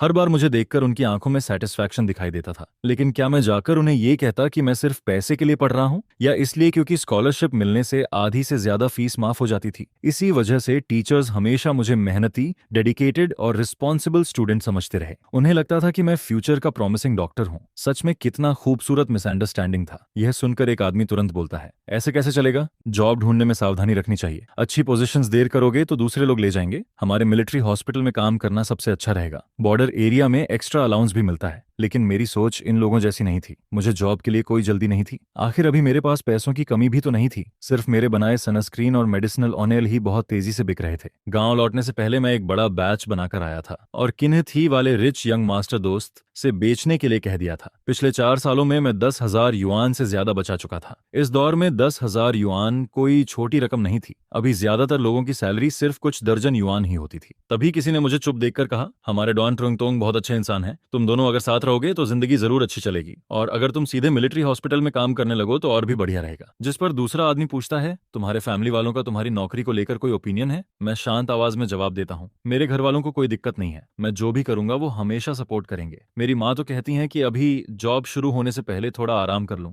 बाद में इतनी छुट्टियां कहाँ मिलेंगी। मेरी बात सुनते ही वहां बैठे लोग थोड़ा स्टंड रह जाते हैं। आखिर इस दौर में हर फैमिली की हालत आसान नहीं होती थी। घर में कोई यूनिवर्सिटी स्टूडेंट हो तो पूरा परिवार उस पर गर्व करता था, लेकिन ग्रेजुएशन के बाद सबसे जरूरी चीज स्टेबल जॉब मानी जाती थी, जिस पर सबके मन में यही सवाल आता है कि आखिर कैसी फैमिली होगी जो अपने बच्चे से कह रही है कि अभी थोड़ा आराम कर लो। फिर कुछ महिलाओं की नजरें बदलने लगती हैं। उन्हें अचानक समझ आने लगता है कि आखिर इस फैमिली ने इतना जेंटल और रिफाइंड लड़का कैसे पाला होगा। लेकिन उसी के साथ उनके मन में दूसरा ख्याल भी आने लगता है, अगर ऐसा लड़का बॉर्डर एरिया में लंबे समय तक रहा तो क्या ये उसके लिए तकलीफ नहीं होगी। मिलिट्री मैरिज आसान नहीं होती। फैमिली क्वार्टर्स में अक्सर पति या पत्नी को अकेले ही घर संभालना पड़ता है। कई बार तोंग डोन ट्रोंग 10-15 दिन मिशन पर रहती हैं और कभी कभी आधा साल या पूरा साल भी वापस नहीं आती। अगर भविष्य में बच्चे हुए तो क्या मेरे जैसा आदमी अकेले बच्चे संभाल पाएगा? ऊपर से जिंदगी की छोटी बड़ी परेशानियां अलग, जिस पर कुछ लोगों के चेहरे पर हेजिटेशन साफ दिखने लगता है। उन्हें लगने लगता है कि शायद मैं हार्डशिप झेलने वाला इंसान नहीं हूं। अगर जबरदस्ती हमारी शादी करवाने की कोशिश की गई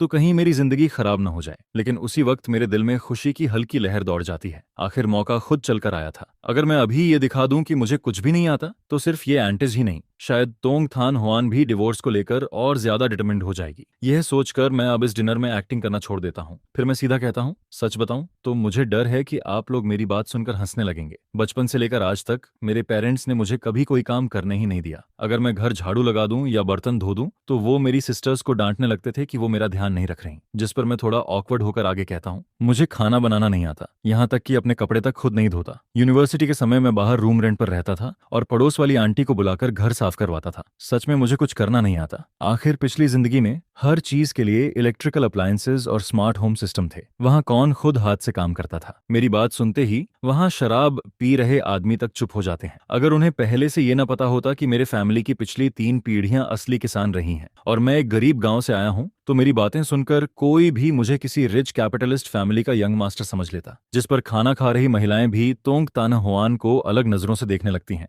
उन्हें अचानक उस पर तरस आने लगता है। पहले हस्बैंड ने उसे चीट किया, उसके साथ धोखा किया, बड़ी मुश्किल से जिंदगी संभली, और अब उसे ऐसा यंग मास्टर मिल रहा है जिसे कुछ करना ही नहीं आता। उनके मन में यही चलने लगता है कि अगर ऐसा आदमी बॉर्डर एरिया में लंबे समय तक रहा तो क्या ये खुद अपने लिए मुसीबत नहीं होगी? सभी लोगों के एक्सप्रेशंस बदलते देख मैं अंदर ही अंदर मुस्कुराने लगता हूँ। आखिर तुम लोग हमें मैच कराने पर इतने तुले हुए थे, अब खुश हो ना? तभी ली होंग मैं सबसे पहले सिचुएशन संभालती हैं। वो ऑकवर्ड स्माइल के साथ कहती हैं, अरे सब लोग ऐसे क्या देख रहे हो, जल्दी खाना खाओ नहीं तो खाना ठंडा हो जाएगा। इसके बाद डिनर खत्म होने तक मैं बस कैजुअली उन मिलिट्री ऑफिसर्स से थोड़ी बहुत बातें करता रहता हूँ। जब गैदरिंग खत्म होती है तब तक करीब रात के 8 बज चुके होते हैं। फिर मैं और तोंग थान हुआन साथ साथ वापस चलने लगते हैं। पूरे रास्ते हम दोनों में से कोई कुछ नहीं बोलता। माहौल में अजीब सी ऑकवर्डनेस फैली हुई थी। मैं बगल में चल रही मिलिट्री यूनिफॉर्म पहनी उस महिला को देखता हूँ। उसके शरीर से एक नेचुरल अथॉरिटी निकलती है जिससे लोग खुद ब खुद दूरी बना लेते हैं। मेरी ये फेक वाइफ सच में बहुत पावरफुल ऑरा रखती है। आखिर वो यूं ही डोआन ट्रोंग नहीं बनी थी। कुछ देर बाद वो अचानक धीमी आवाज में कहती है, सॉरी, आज का डिनर उन्होंने अपनी तरफ से अरेंज किया था। लीडर्स अक्सर अपने सबऑर्डिनेट्स की काफी चिंता करते हैं और बाकी भाभियां भी बहुत एंथुसियास्टिक थीं। शायद उन्होंने तुम्हें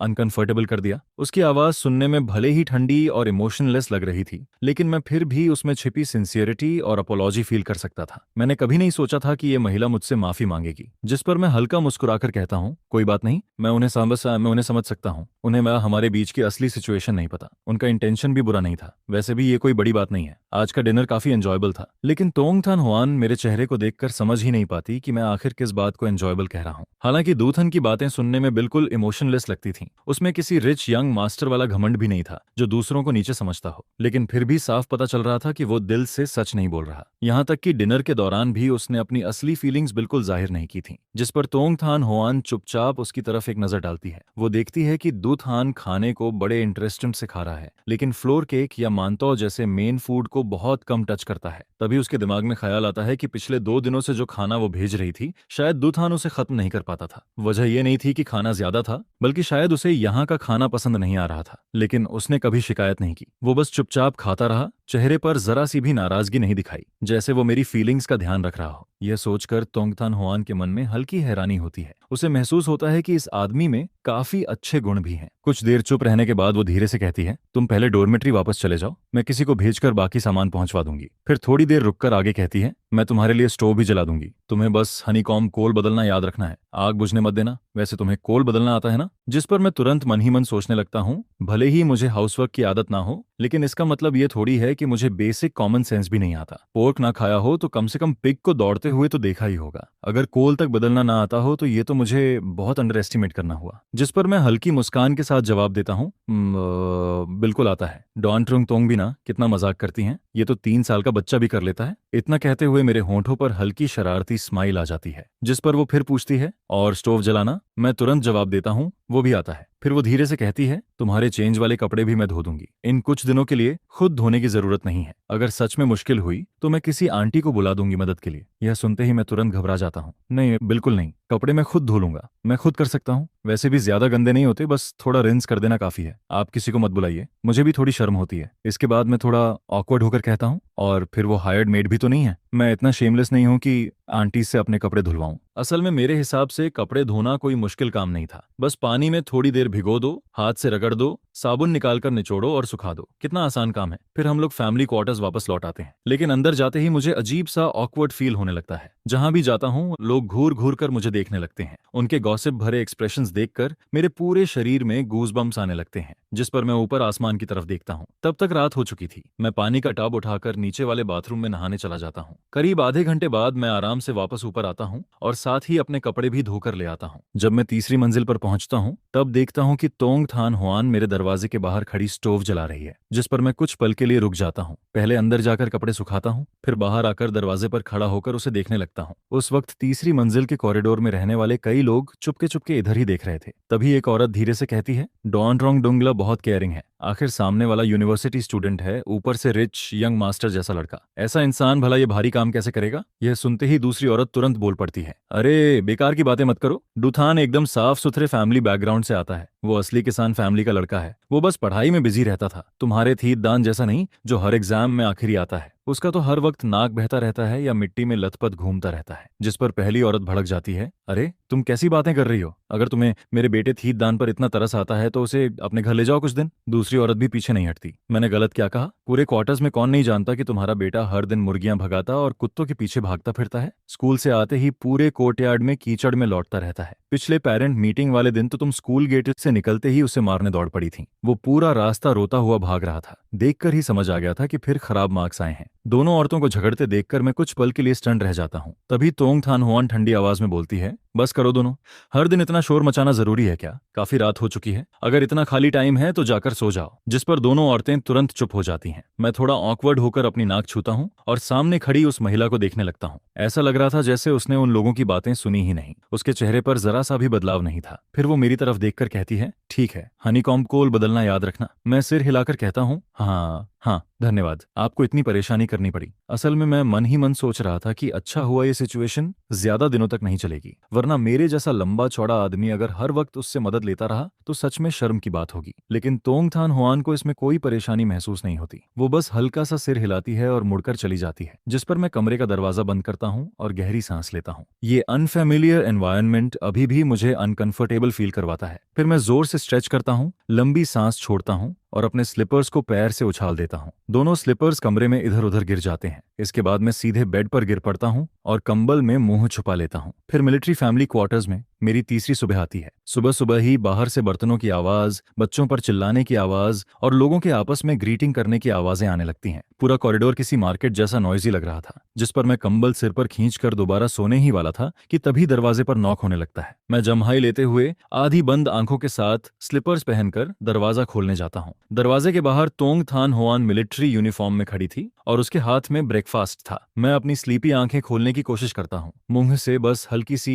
ओह निकलती है। इसके बाद मैं पलटकर सीधे अंदर कमरे में चला जाता हूँ। दरवाजा खुला का खुला रह जाता है और मैं बेड पर गिरते ही दोबारा गहरी नींद में सो जाता हूँ, जिस पर तोंग तान हुआन हाथ में लंच बॉक्स लिए दरवाजे पर कुछ पल के लिए खड़ी रह जाती है। उसे अचानक याद आता है कि कल भी जब वो यहाँ आई थी तब दुथान दोपहर तक सो रहा था। लगता है आज का ब्रेकफास्ट लाना बेकार गया, लेकिन चूंकि वो ऑलरेडी यहाँ तक लेकर आ चुकी थी इसलिए वो अंदर चली जाती है। जैसे ही वो कमरे में नजर डालती है उसकी आंखें हल्की फैल जाती हैं। फ्लोर पर रखा सूटकेस पूरी तरह खुला पड़ा था। अंदर कपड़े अस्त व्यस्त भरे हुए थे, साथ में कई बॉटल्स और जार्स भी रखे थे, पता नहीं किस चीज के। जिस पर उसके मन में पहला ख्याल आता है, क्या ये सच में सूटकेस है? कितना मैसी है। इसके बाद उसकी नजर फ्लोर पर पड़े स्लीपर्स पर जाती है। दोनों अलग अलग दिशाओं में फेंके हुए थे। वो धीरे से अंदर आती है, स्लीपर्स उठाकर बेड के पास नीटली रख देती है, जिस पर वो मन ही मन सोचती है, दूथन सच में बहुत केयरलेस है। दरवाजा तक बंद नहीं किया और सीधे सो गया। मैं अभी भी यहाँ खड़ी हूँ, फिर भी इसे फर्क नहीं पड़ रहा। सच में चिंता होती है। फिर वो धीमी आवाज में कहती है, ब्रेकफास्ट बाहर टेबल पर रख रही हूँ, उठने के बाद गर्म करके खा लेना, या फिर दोपहर में मैं लंच लेकर आ जाऊंगी। उसकी ठंडी लेकिन साफ आवाज पूरे शांत कमरे में गूंजती रहती है, लेकिन काफी देर तक कोई जवाब नहीं आता, जिस पर वो अपनी कनपटी दबाती है और धीरे से सांस छोड़ती है। छोड़ो भी, सोते हुए इंसान से क्या बहस करनी। असल में मैंने उसकी एक भी बात नहीं सुनी थी। इसके बाद वो ज्यादा देर रुके बिना बाहर निकलने लगती है। जाते जाते वो मेरे लिए हनीकॉम्ब कोल भी बदल देती है। उसी वक्त बाहर कॉरिडोर में सुबह सुबह गॉसिप फिर शुरू हो जाता है। एक औरत दूसरी से कहती है, मैं तुम्हें बता रही हूँ, आज सुबह जब मैं बच्चे को स्कूल छोड़ने जा रही थी तब मेरी उससे थोड़ी बात हुई। उस लड़के को देखकर लगता ही नहीं कि वो गांव से आया है। किनेथी में पढ़ाई करते वक्त उसके फैमिली ने उसके लिए अलग घर रेंट पर लिया था और उसके लिए नैनी तक रखी हुई थी। ये सुनते ही दूसरी औरत शॉक्ड होकर बोलती है, सच में? तभी तो उसकी स्किन इतनी स्मूथ और साफ है, बिल्कुल किसी रिच फैमिली के यंग मास्टर जैसा लगता है। जिस पर कॉरिडोर में खड़ी एक औरत हैरानी से कहती है,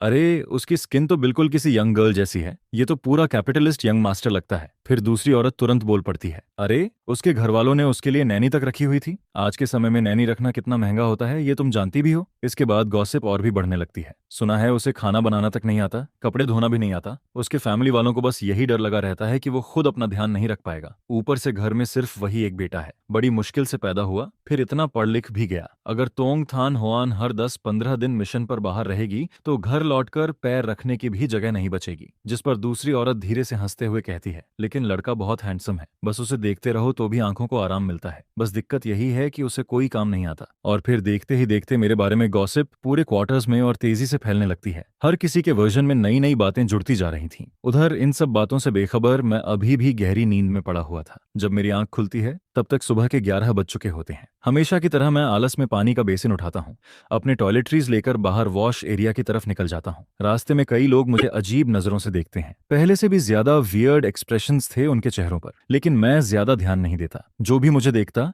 मैं बस हल्का मुस्कुरा देता। फिर मन ही मन सोचता हूँ, आखिर सब लोग मुझे ऐसे क्यों देख रहे हैं, कितना अजीब है। अच्छा हुआ मुझे सोशल एंजाइटी जैसी कोई बीमारी नहीं है, वरना मैं तो यहाँ टिक ही नहीं पाता। इसके बाद मैं मुंह धोकर वापस कमरे में आता हूँ। जैसे ही मेरी नजर टेबल पर रखे ब्रेकफास्ट पर पड़ती है मैं कुछ पल के लिए फ्रीज हो जाता हूँ। रुको, सुबह तोंगथान हुआन यहाँ चुपी आई थी, ये सोचते ही मैं अपने माथे पर हाथ मार लेता हूँ। हे भगवान, मैंने क्या कर दिया? मैं उसे दरवाजे पर छोड़कर वापस सो गया। अगर सामने ब्रेकफास्ट ना रखा होता तो शायद मुझे ये बात याद भी नहीं आती। फिर मैं लंच बॉक्स खोलता हूँ। ओह, आज पॉरेज है, लेकिन गौर से देखने पर पता चलता है कि ये कॉर्न पॉरेज है, जिसमें कई तरह के ग्रेन्स भी डाले गए थे। साथ में पिकलस और मांतो भी रखा हुआ था। फिर मेरी नजर मांतो पर टिक जाती है, फिर से मांतो, जिस पर मैं अंदर ही अंदर रोने लगता हूँ। 3 दिन हो गए, हर मील में बस व्हीट फ्लावर वाली चीजें। अगर ऐसे ही चलता रहा तो मैं खुद मंतौ बन जाऊंगा। टेबल पर रखा खाना देखकर मुझे भूख तो लग रही थी, लेकिन ये सिर्फ पेट की भूख नहीं थी। मेरा मुंह और स्टमक दोनों किसी और टेस्ट के लिए तरस रहे थे। काफी देर सोचने के बाद मैं फैसला करता हूँ, छोड़ो, अभी नहीं खाता। उस दिन तोंगथान हुआन शायद किसी काम में बिजी थी। वो ना दोपहर में आई और ना रात में, जिस पर मुझे थोड़ा सरप्राइज होता है।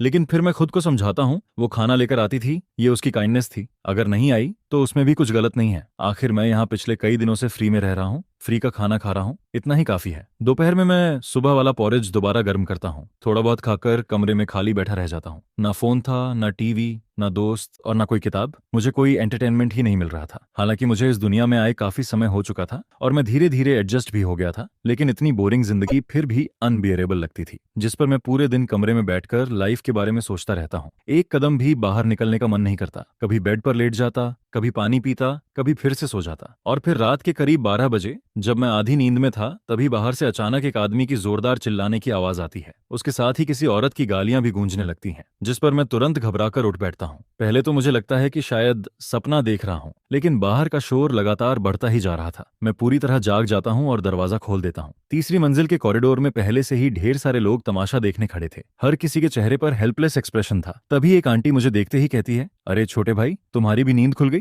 ये चू फैमिली वाले फिर शुरू हो गए। उसकी वाइफ लूजवान हुआ अभी कुछ दिन पहले ही गांव से यहाँ रहने आई है। उसका टेम्पर बहुत खराब है। हर दिन बटालियन लीडर चू से लड़ती रहती है। पता नहीं आज किस बात पर इतना बड़ा हंगामा हो गया। मैं आसपास नजर घुमाता हूँ। कोई इरिटेट होकर शिकायत कर रहा था कि आधी रात को भी चैन से सोने नहीं देते, तो कोई एक्साइटमेंट के साथ गॉसिप सुन रहा था। कुछ लोग तो कोने में खड़े धीरे धीरे कानाफूसी भी कर रहे थे। उसी दौरान मेरी उंगलियां पैजामा पॉकेट में पड़े सेफ्टी पंच को छूती हैं, जिन्हें मैंने दिन में यूं ही पॉकेट में डाल लिया था। तभी सामने लुजवान हुआ अपने दोनों रोते हुए बच्चों को दरवाजे के बाहर धक्का देती है और अंदर खड़े आदमी पर उंगली उठाकर चिल्लाने लगती है, चुकुओंग, तुम बेशर्म आदमी, आज साफ साफ बताओ वो औरत कौन थी? अगर नहीं बताया तो मैं अब भी बच्चों को लेकर गांव वापस चली जाऊंगी। जिस पर चुकुओंग परेशान होकर जवाब देता है, बे मैं तुम्हें समझा चुका हूं, मैं उसे जानता तक नहीं, वो बस रास्ता पूछ रही थी। लेकिन पता नहीं उसकी कौन सी बात ल्यूसन हुआ के गुस्से को और भड़का देती है। अचानक वो पागलों की तरह उस पर टूट पड़ती है।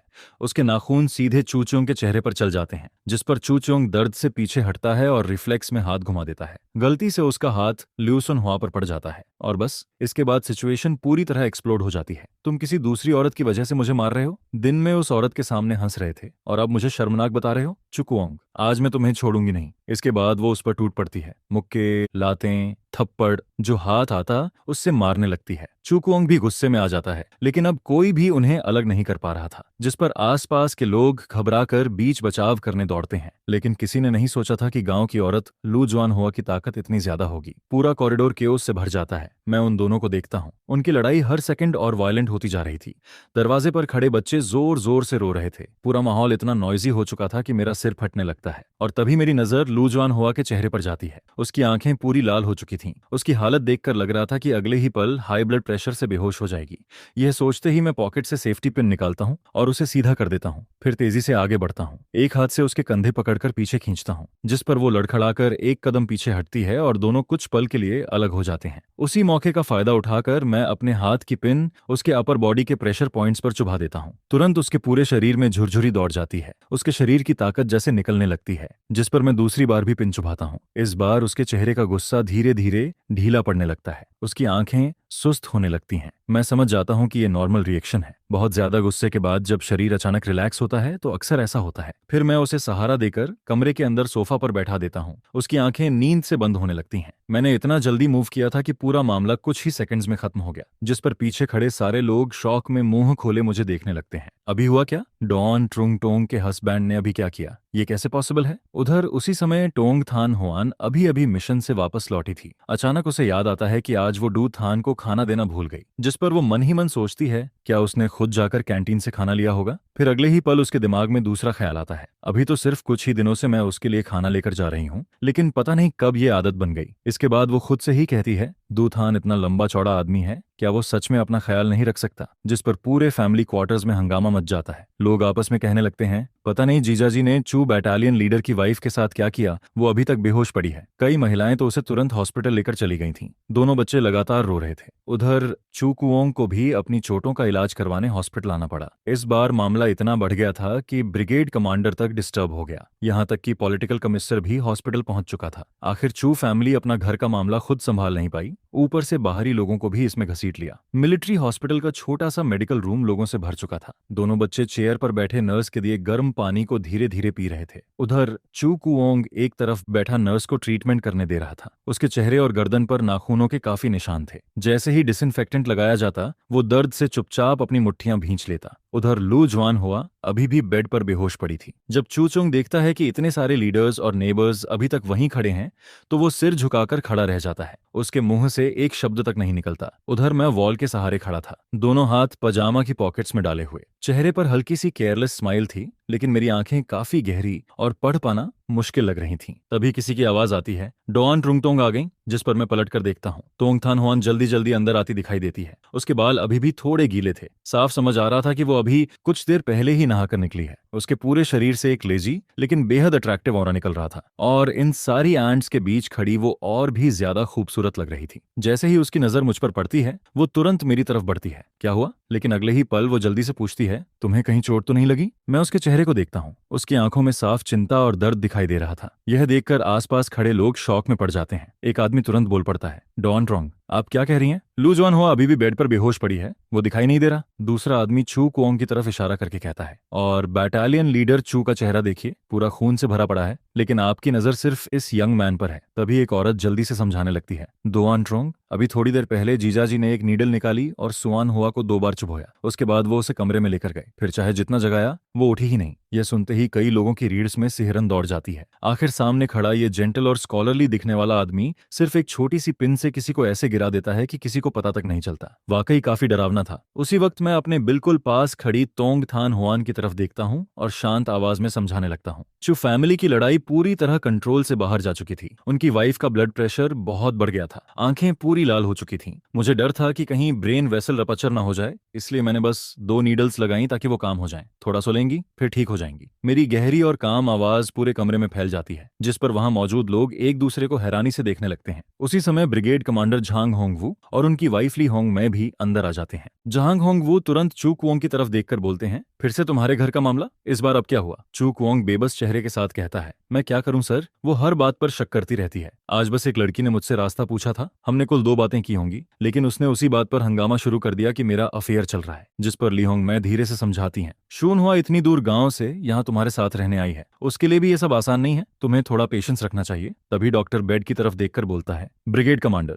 जैसा इस यंग मैन ने कहा था वैसा ही है। लू जॉन हुआ बस गहरी नींद में गई है, थोड़ी देर में उठ जाएगी। वैसे उसका ब्लड प्रेशर काफी हाई है, आगे से ध्यान रखना होगा कि वो ज्यादा इमोशनल ना हो। यह सुनते ही आसपास खड़े लोग फिर से शॉक्ड हो जाते हैं। सिर्फ 2 नीडल लगाकर किसी को सुला दिया, ऊपर से उसने सिर्फ देखकर ही हाई ब्लड प्रेशर तक पहचान लिया। ये तो बहुत अमेजिंग है। जिस पर सब लोग मुझे एडमिरेशन भरी नजरों से देखने लगते हैं और मैं बस हल्के से ठुड्डी ऊपर उठाकर खड़ा रहता हूँ। आखिर मजाक थोड़ी है। मैंने 3 साल की उम्र से ट्रेडिशनल चाइनीज मेडिसिन सीखी थी। ऐसे छोटे प्रेशर पॉइंट संभालना मेरे लिए तो बच्चों का खेल था। जब सबको समझ आ जाता है कि अब कोई खतरा नहीं है, तो धीरे धीरे लोग वापस जाने लगते हैं। तब तक रात के 2 बज चुके थे। जैसे ही मैं हॉस्पिटल से बाहर निकलता हूँ, एक ठंडी हवा सीधे शरीर से टकराती है। मैं सिर्फ पतले पैजामेज में था, इसलिए तुरंत अपने दोनों हाथ रगड़ने लगता हूँ, जिस पर तोंग थान हुआन अपने हाथ में पकड़ी बड़ी मिलिट्री कोट मेरी तरफ बढ़ा देती है। मैं कुछ पल के लिए सरप्राइज्ड होकर कोट को देखता हूँ, सोचता हूँ ये कोट अचानक कहाँ से आ गया। फिर वो धीरे से कहती है, तुमने बहुत कम कपड़े पहने हैं, ये मैंने ड्यूटी डॉक्टर से बोरो किया है, कल वापस कर देना। मैं कोट लेकर पहन लेता हूँ। स्ट्रीट लाइट की हल्की रोशनी उसके चेहरे पर पड़ रही थी। उस रोशनी में तोंगथान हुआन का नॉर्मली कोल्ड चेहरा भी थोड़ा सॉफ्ट और जेंटल लगने लगता है, जिस पर मैं मुस्कुराकर कहता हूँ, धन्यवाद। मन ही मन मुझे महसूस होता है कि ये फेक वाइफ सच में काफी केयरिंग है। मिलिट्री हॉस्पिटल से क्वार्टर्स तक पैदल जाने में अभी थोड़ा रास्ता बाकी था। रात की घटना के बाद हम दोनों में से किसी को भी नींद नहीं आ रही थी। तभी तोंगथान हुआन धीरे से कहती है, अनथान, थोड़ा बात करें? मैं उसकी तरफ देखकर जवाब देता हूँ, किस बारे में? जिस पर वो क्यूरियस होकर पूछती है, तुम तो वेस्टर्न मेडिसिन डॉक्टर हो ना, फिर तुम्हें ह्यूमन बॉडी के प्रेशर पॉइंट्स के बारे में इतना कैसे पता? मैं कैजुअली जवाब देता हूँ, मैंने 3 साल की उम्र से ट्रेडिशनल चाइनीज मेडिसिन सीखना शुरू कर दिया था। यह सुनकर वो जेन्युइनली इंप्रेस्ड हो जाती है। मुझे नहीं पता था कि तुम इतने केपेबल हो। फिर अचानक उसे कुछ याद आता है, और हाँ, अगली बार आधी नींद में किसी के लिए दरवाजा मत खोलना। मैं थोड़ा कंफ्यूज होकर पूछता हूँ, क्यों? जिस पर वो तुरंत बोलती है, क्या पता बाहर कौन हो? मैं हंसते हुए जवाब देता हूँ, लेकिन ये मिलिट्री डिस्ट्रिक्ट है, यहाँ कोई बैड पर्सन थोड़ी होगा, और वैसे भी मुझे लगा सिर्फ तुम ही मुझे ढूंढने आती हो। चिंता मत करो, आगे से ऐसा नहीं करूंगा। फिर मैं थोड़ा एम्बेरेस्ड होकर कहता हूँ, असल में उस वक्त मैं पूरी तरह स्लीपी था, मुझे लगा जैसे अभी भी घर पर हूँ, इसलिए हैबिट में आकर दरवाजा खोल दिया। यह सुनकर तोंगथान हुआन धीरे से सिर हिलाती है। फिर अचानक वो पूछ बैठती है, अनथान, तुम्हें मैं कैसी लगती हूँ? उसका ये अचानक पूछा गया सवाल सुनकर मेरा दिल एक पल के लिए रुक सा जाता है। स्ट्रीट लाइट उसकी शैडो को लंबा खींच रही थी। उसके शार्प और कोल्ड चेहरे पर रात की हल्की रोशनी पड़ रही थी, जिससे वो और भी अलग लग रही थी। मैं थोड़ा सिर खुजलाकर जवाब देता हूँ, सच कहूँ, तुम बहुत अच्छी इंसान हो, ऑनेस्ट हो, केयरिंग हो, बहुत रिस्पॉन्सिबल हो। तुम एक बेहतरीन डोन ट्रॉन्ग हो और एक अच्छी कॉमरेड भी। लेकिन बोलते ही मुझे पछतावा होने लगता है, मैंने आखिर कॉमरेड क्यों बोल दिया? आखिर अभी हम दोनों लीगली हस्बैंड वाइफ थे, भले ही ये शादी गलती से हुई हो। पूरे रास्ते मैं उसके बारे में सोचने लगता हूँ। उसने मेरे लिए रहने की जगह अरेंज की, कोट दिया, स्टोव जलाया, हर दिन खाना लेकर आई। जबकि मैं लगातार उससे डिवोर्स मांगता रहा। अगर कोई दूसरा इंसान होता तो शायद कब का गुस्सा हो चुका होता। आखिर कोई हजारों किलोमीटर दूर सिर्फ डिवोर्स मांगने पहुंचे तो कौन नॉर्मल रह पाएगा। लेकिन तोंग थान होआन ने कभी मुझ पर गुस्सा नहीं किया, जिस पर मैं मन ही मन स्वीकार करता हूँ। वो सच में बहुत अच्छी है, लेकिन ये शादी शुरू से ही एक मिस्टेक थी। मैं उसे हर्ट नहीं करना चाहता और ना ही किसी फेक रिलेशनशिप में जीना चाहता हूँ। बचपन से ही मुझे मेरे परिवार ने बहुत लाड प्यार से पाला था, जिस वजह से मैं कभी भी मुश्किलें सह नहीं पाया था और ना ही बॉर्डर एरिया में रहने के लिए फिट था। मैं हमेशा कैपिटल वापस जाकर अपना करियर बनाना चाहता था और एक शांत जिंदगी जीना चाहता था। मुझे पता था कि डिवोर्स रिपोर्ट को लेकर मैं पहले ही जल्दी मचा चुका था, जिस पर अगले 2 दिनों में वो अप्रूव भी हो जाती। यह सोचकर मेरा मन हल्का जरूर फील करता है, लेकिन अंदर कहीं ना कहीं एक अजीब सा खालीपन भी महसूस होने लगता है। फिर जब मैं मिलिट्री फैमिली क्वार्टर्स पहुंचता हूं तब आधी रात हो चुकी होती है, जिस पर जैसे ही मैं दरवाजा खोलने वाला होता हूं तभी वो मुझे आवाज देकर कहती है, दूथन, आज सच में तुम्हारा धन्यवाद। अगर तुम नहीं होते तो लियन ट्रुंग चू के घर का मामला ना जाने कितना बड़ा हंगामा बन जाता। जिसके जवाब में मैं हल्की मुस्कान के साथ कहता हूँ, मैंने तो बस मदद की है। आखिर मैं एक डॉक्टर हूँ और किसी को मुसीबत में देखकर आंखें बंद नहीं कर सकता। यह कहकर मैं मुस्कुराते हुए दरवाजा खोलकर अंदर चला जाता हूँ, लेकिन इसके बाद भी मैं बिस्तर पर करवटें बदलता रहता हूँ और चाहकर भी नींद नहीं आती, क्योंकि मेरी पत्नी और चू ट्रोंग की घटना अब भी मेरे दिमाग में साफ दिखाई देती रहती है, जिस पर मुझे फिर उस इंसान की याद आने लगती है। वो नहातबाज, वही इंसान जिसने मेरी जगह थान होआन से शादी की थी। वो बेवकूफ इंसान जिसने एक लड़की के प्यार में अपनी जान तक दे दी थी। लेकिन सच तो यह था कि उसे शुरू से ही जाल में फंसाया गया था। जिस लड़की को उसने बचाया था, आखिर में वही उसकी जिंदगी बर्बाद कर देती है। और यह बात मैं कभी भूल नहीं पाया, जिस पर मैं मन ही मन सोचता हूँ कि यह कर्ज ऐसे खत्म नहीं हो सकता, क्योंकि मिलिट्री मैरिज को तोड़ना खुद एक क्राइम होता है। उस औरत ने सिर्फ वो नहातबाज की जिंदगी बर्बाद नहीं की थी, बल्कि थान होआन की रेपुटेशन और फ्यूचर को भी लगभग खत्म कर दिया था। इसलिए मैं उसे आराम से जेल में रहने नहीं दे सकता था। अगली सुबह मैं जल्दी उठकर सीधे लुटरोंग के पास पहुंचता हूं और उसे सारी बात बताता हूं, जिस पर वो गंभीर होकर पूछता है, मतलब वो एजुकेटेड लड़की शुरू से ही वो नहातबाज को बहकाकर उसके पैसे ऐंठना चाहती थी और आखिर में उसे सुसाइड करने पर मजबूर कर दिया। जिसके जवाब में मैं कहता हूं, हाँ, क्योंकि वो गांव की मुश्किल जिंदगी नहीं सह पाई, इसलिए उसने वो नहातबाज को अपना लॉन्गर टर्म सहारा बना लिया था। वो हमेशा उसकी बातों में फंसा रहता था, लेकिन अब चाहे वो नहातबाज इस दुनिया में नहीं रहा, फिर भी उसे मिलिट्री मैरिज तोड़ने की सजा जरूर मिलनी चाहिए। यह सुनकर लियू ट्रोंग तुरंत पुराने केस की जांच दोबारा शुरू करवा देता है। फिर इन्वेस्टिगेशन के दौरान पता चलता है कि वो लड़की जेल के अंदर भी चैन से नहीं बैठती, बल्कि हर किसी पर इल्जाम डालती रहती है और रिश्तों का इस्तेमाल करके अपनी सजा कम करवाने की कोशिश करती है। लेकिन सारे सबूत साफ सामने आ जाते हैं, जिस पर थान होआन भी अपना मैरिज सर्टिफिकेट और उस समय का विक्टिम रिपोर्ट पेश कर देती है। जिसके बाद लूरची थान की सजा और बढ़ा दी जाती है और उसकी पूरी जिंदगी जेल में ही गुजरने वाली होती है। सच में जैसा कर्म वैसा फल मिलता है। फिर यह खबर मिलिट्री फैमिली क्वार्टर्स तक पहुंचती है, जिसे सुनकर सभी लोग थान होआन के लिए राहत की सांस लेते हैं। यहाँ तक कि जो मिलिट्री वाइफ्स पहले मुझे ताने मारा करती थीं, अब उनका नजरिया भी बदलने लगता है। इसके बाद दोपहर में तोंग थान होआन मेरे सामने डिवोर्स पेपर्स रखती है और मेरे हाथ में पेन देते हुए कहती है, अप्रूवल आ चुका है, साइन कर दो। जिस पर मैं उस कागज पर लिखे डिवोर्स शब्द को काफी देर तक देखता रहता हूँ, क्योंकि यही तो वो चीज थी जो मैं हमेशा चाहता था। लेकिन जब यह पल सच में सामने आता है तब मैं चाहकर भी साइन नहीं कर पाता। फिर अचानक पिछले कुछ दिनों की सारी यादें मेरे दिमाग में आने लगती हैं। डेजर्ट के बीच पहली बार वो मेरी गार्ड डाउन करवाती है, फिर ट्रक में चुपचाप ड्राइव करती रहती है ताकि मैं आराम से सो सकूं। लेट नाइट में वो बिना कुछ बोले मेरा बचा हुआ खाना खा लेती है। वो मेरे लिए स्टोव जलाती है, मेरे स्लीपर्स उठाकर रखती है। उसने कभी भी मुझ पर अपनी इच्छा नहीं थोपी, बल्कि हमेशा मेरी सोच और आदतों की रिस्पेक्ट की। यहाँ तक कि मुझे नूडल्स पसंद नहीं है और पब्लिक बाथरूम यूज करना अच्छा नहीं लगता, ये सब बातें भी वो चुपचाप याद रखती है। जिस पर आखिर में मैं उसकी तरफ देखकर कहता हूँ, थान होआन, क्या हम डिवोर्स ना करें? यह सुनकर वो चौंक जाती है। तुम क्या कह रहे हो? जिसके जवाब में मैं धीरे से कहता हूँ, हम डिवोर्स नहीं करेंगे। पहले मैं सिर्फ अपनी आरामदायक जिंदगी के बारे में सोचता था और मुझे ये समझ ही नहीं आया कि मेरे पास कितनी अच्छी इंसान है। तुम सच में बहुत अच्छी हो और तुम्हें प्यार और सम्मान मिलना चाहिए। शायद यह गलत मैरिज सर्टिफिकेट कोई गलती नहीं था, बल्कि भगवान का दिया हुआ गिफ्ट था। फिर वो धीरे से कहती है, लेकिन तुम्हें तो मुश्किलें पसंद नहीं थी, तुम तो कैपिटल वापस जाना चाहते थे। यहाँ बॉर्डर एरिया में कुछ भी नहीं है और मैं भी अक्सर मिशन पर चली जाती हूँ, कई महीनों तक वापस नहीं आ पाती। जिस पर मैं उसकी आंखों में देखकर कहता हूँ, मैं सीख सकता हूँ। मैं खाना बनाना सीखूंगा, कपड़े धोना सीखूंगा, कोयल स्टोव बदलना भी सीख लूंगा। मैं मिलिट्री हॉस्पिटल में डॉक्टर बनकर ज्यादा लोगों की मदद करूंगा और जब तुम मिशन से वापस आओगी तब मैं तुम्हारे लिए सूप बनाऊंगा। चाहे कितनी भी मुश्किलें आए मैं सब सह लूंगा, बस मेरे पास तुम रहो। यह सुनकर आसपास खड़े लोग भी इकट्ठा होकर हमें देखने लगते हैं। जिस पर एक आंटी हंसते हुए कहती है, मुझे पहले से पता था कि तुम समझदार इंसान हो। मैंने कहा था ना, तुम दोनों की जोड़ी ऊपर वाले ने बनाई है। इसके बाद मैं डिवोर्स पेपर्स पर साइन नहीं करता, बल्कि तोंग थन होआन का हाथ मजबूती से पकड़ लेता हूँ और सबकी तालियों के बीच बीच कहता हूँ, चलो इस बार हम फिर से मैरिज रजिस्ट्रेशन करवाते हैं, लेकिन इस बार मैं अपनी मर्जी से तुमसे शादी करना चाहता हूँ। जिस पर थान हुआन मेरी तरफ देखती है और आखिर में मुस्कुरा देती है। इसके बाद हमारी जिंदगी धीरे धीरे बदलने लगती है। मैं सच में घर संभालना सीखता हूँ। फिर मैं लूट रोंग की पत्नी से कुकिंग सीखने लगता हूँ। हालांकि शुरुआत में मेरा खाना या तो जल जाता था या बिल्कुल फीका बनता था, जिस पर मैं खुद मजाक उड़ाते हुए कहता हूँ, ऐसा खाना तो कोई खा ही नहीं सकता। लेकिन थान हुआन मुस्कुराकर जवाब देती है, अगर तुमने बनाया है तो मैं सब खत्म कर दूंगी। यह सुनकर मैं और ज्यादा मेहनत करने लगता हूँ। फिर मैं सिर्फ कुकिंग ही नहीं बल्कि कपड़े धोना, कोल स्टोव बदलना, ओवना ओमा बायदारो बदलना और पूरा घर साफ रखना भी सीख जाता हूँ। जिस पर थान हुआन मुझे देखकर कहती है कि अब मैं पहले से काफी ज्यादा कैपेबल हो गया हूँ। और इसी तरह हमारा छोटा सा परिवार भी धीरे धीरे खुशहाल बनने लगता है। फिर एक दिन मैं उसका हाथ पकड़कर कहता हूँ, यह सब सिर्फ तुम्हारे लिए है। मैं तुम्हें एक शांत और सुरक्षित घर देना चाहता हूँ। इसके बाद मैं मिलिट्री हॉस्पिटल में काम शुरू करता हूँ, जहाँ मैं चाइनीज मेडिसिन और वेस्टर्न मेडिसिन को मिलाकर सोल्जर्स का इलाज करने लगता हूँ। फिर मैं खुद से मेडिसिनल ऑयल भी बनाता हूँ। एक बार एक सोल्जर ट्रेनिंग के दौरान घायल हो जाता है और जैसे ही वो तेल लगाता है उसके चेहरे का दर्द तुरंत कम हो जाता है। जिस पर वो हंसते हुए मुझे कहता है, तुम तो सच में मिरेकल डॉक्टर हो। जिसके जवाब में मैं मुस्कुराकर कहता हूँ, अगर इससे लोगों की मदद हो रही है तो वही काफी है। फिर धीरे धीरे मेरा मेडिसिनल ऑयल पूरे कैंप में फेमस हो जाता है। चाहे ट्रेनिंग इंजरी हो या पुराना दर्द, थोड़ा सा तेल लगाते ही आराम मिलने लगता है। जिस पर सभी लोग मुझे मिलिट्री डॉक्टर बुलाने लगते हैं। इसके बाद मैं अपने परिवार को भी बॉर्डर क्वार्टर्स में बुला लेता हूँ, जिस पर मेरे पेरेंट्स और सिस्टर्स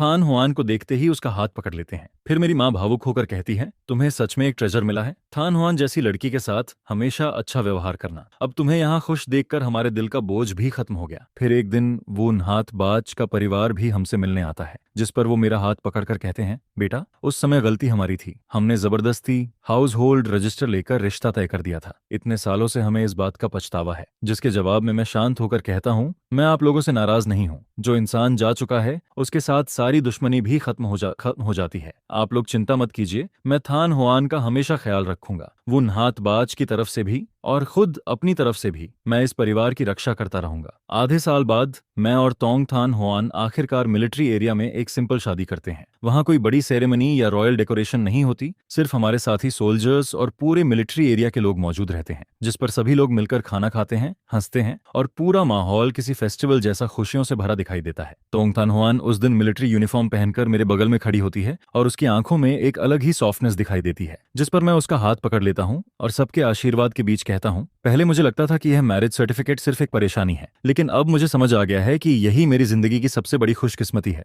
थान हुआन, बाकी की पूरी जिंदगी मैं तुम्हारी रक्षा करूंगा, तुम इस देश की रक्षा करना और हम दोनों कभी अलग नहीं होंगे।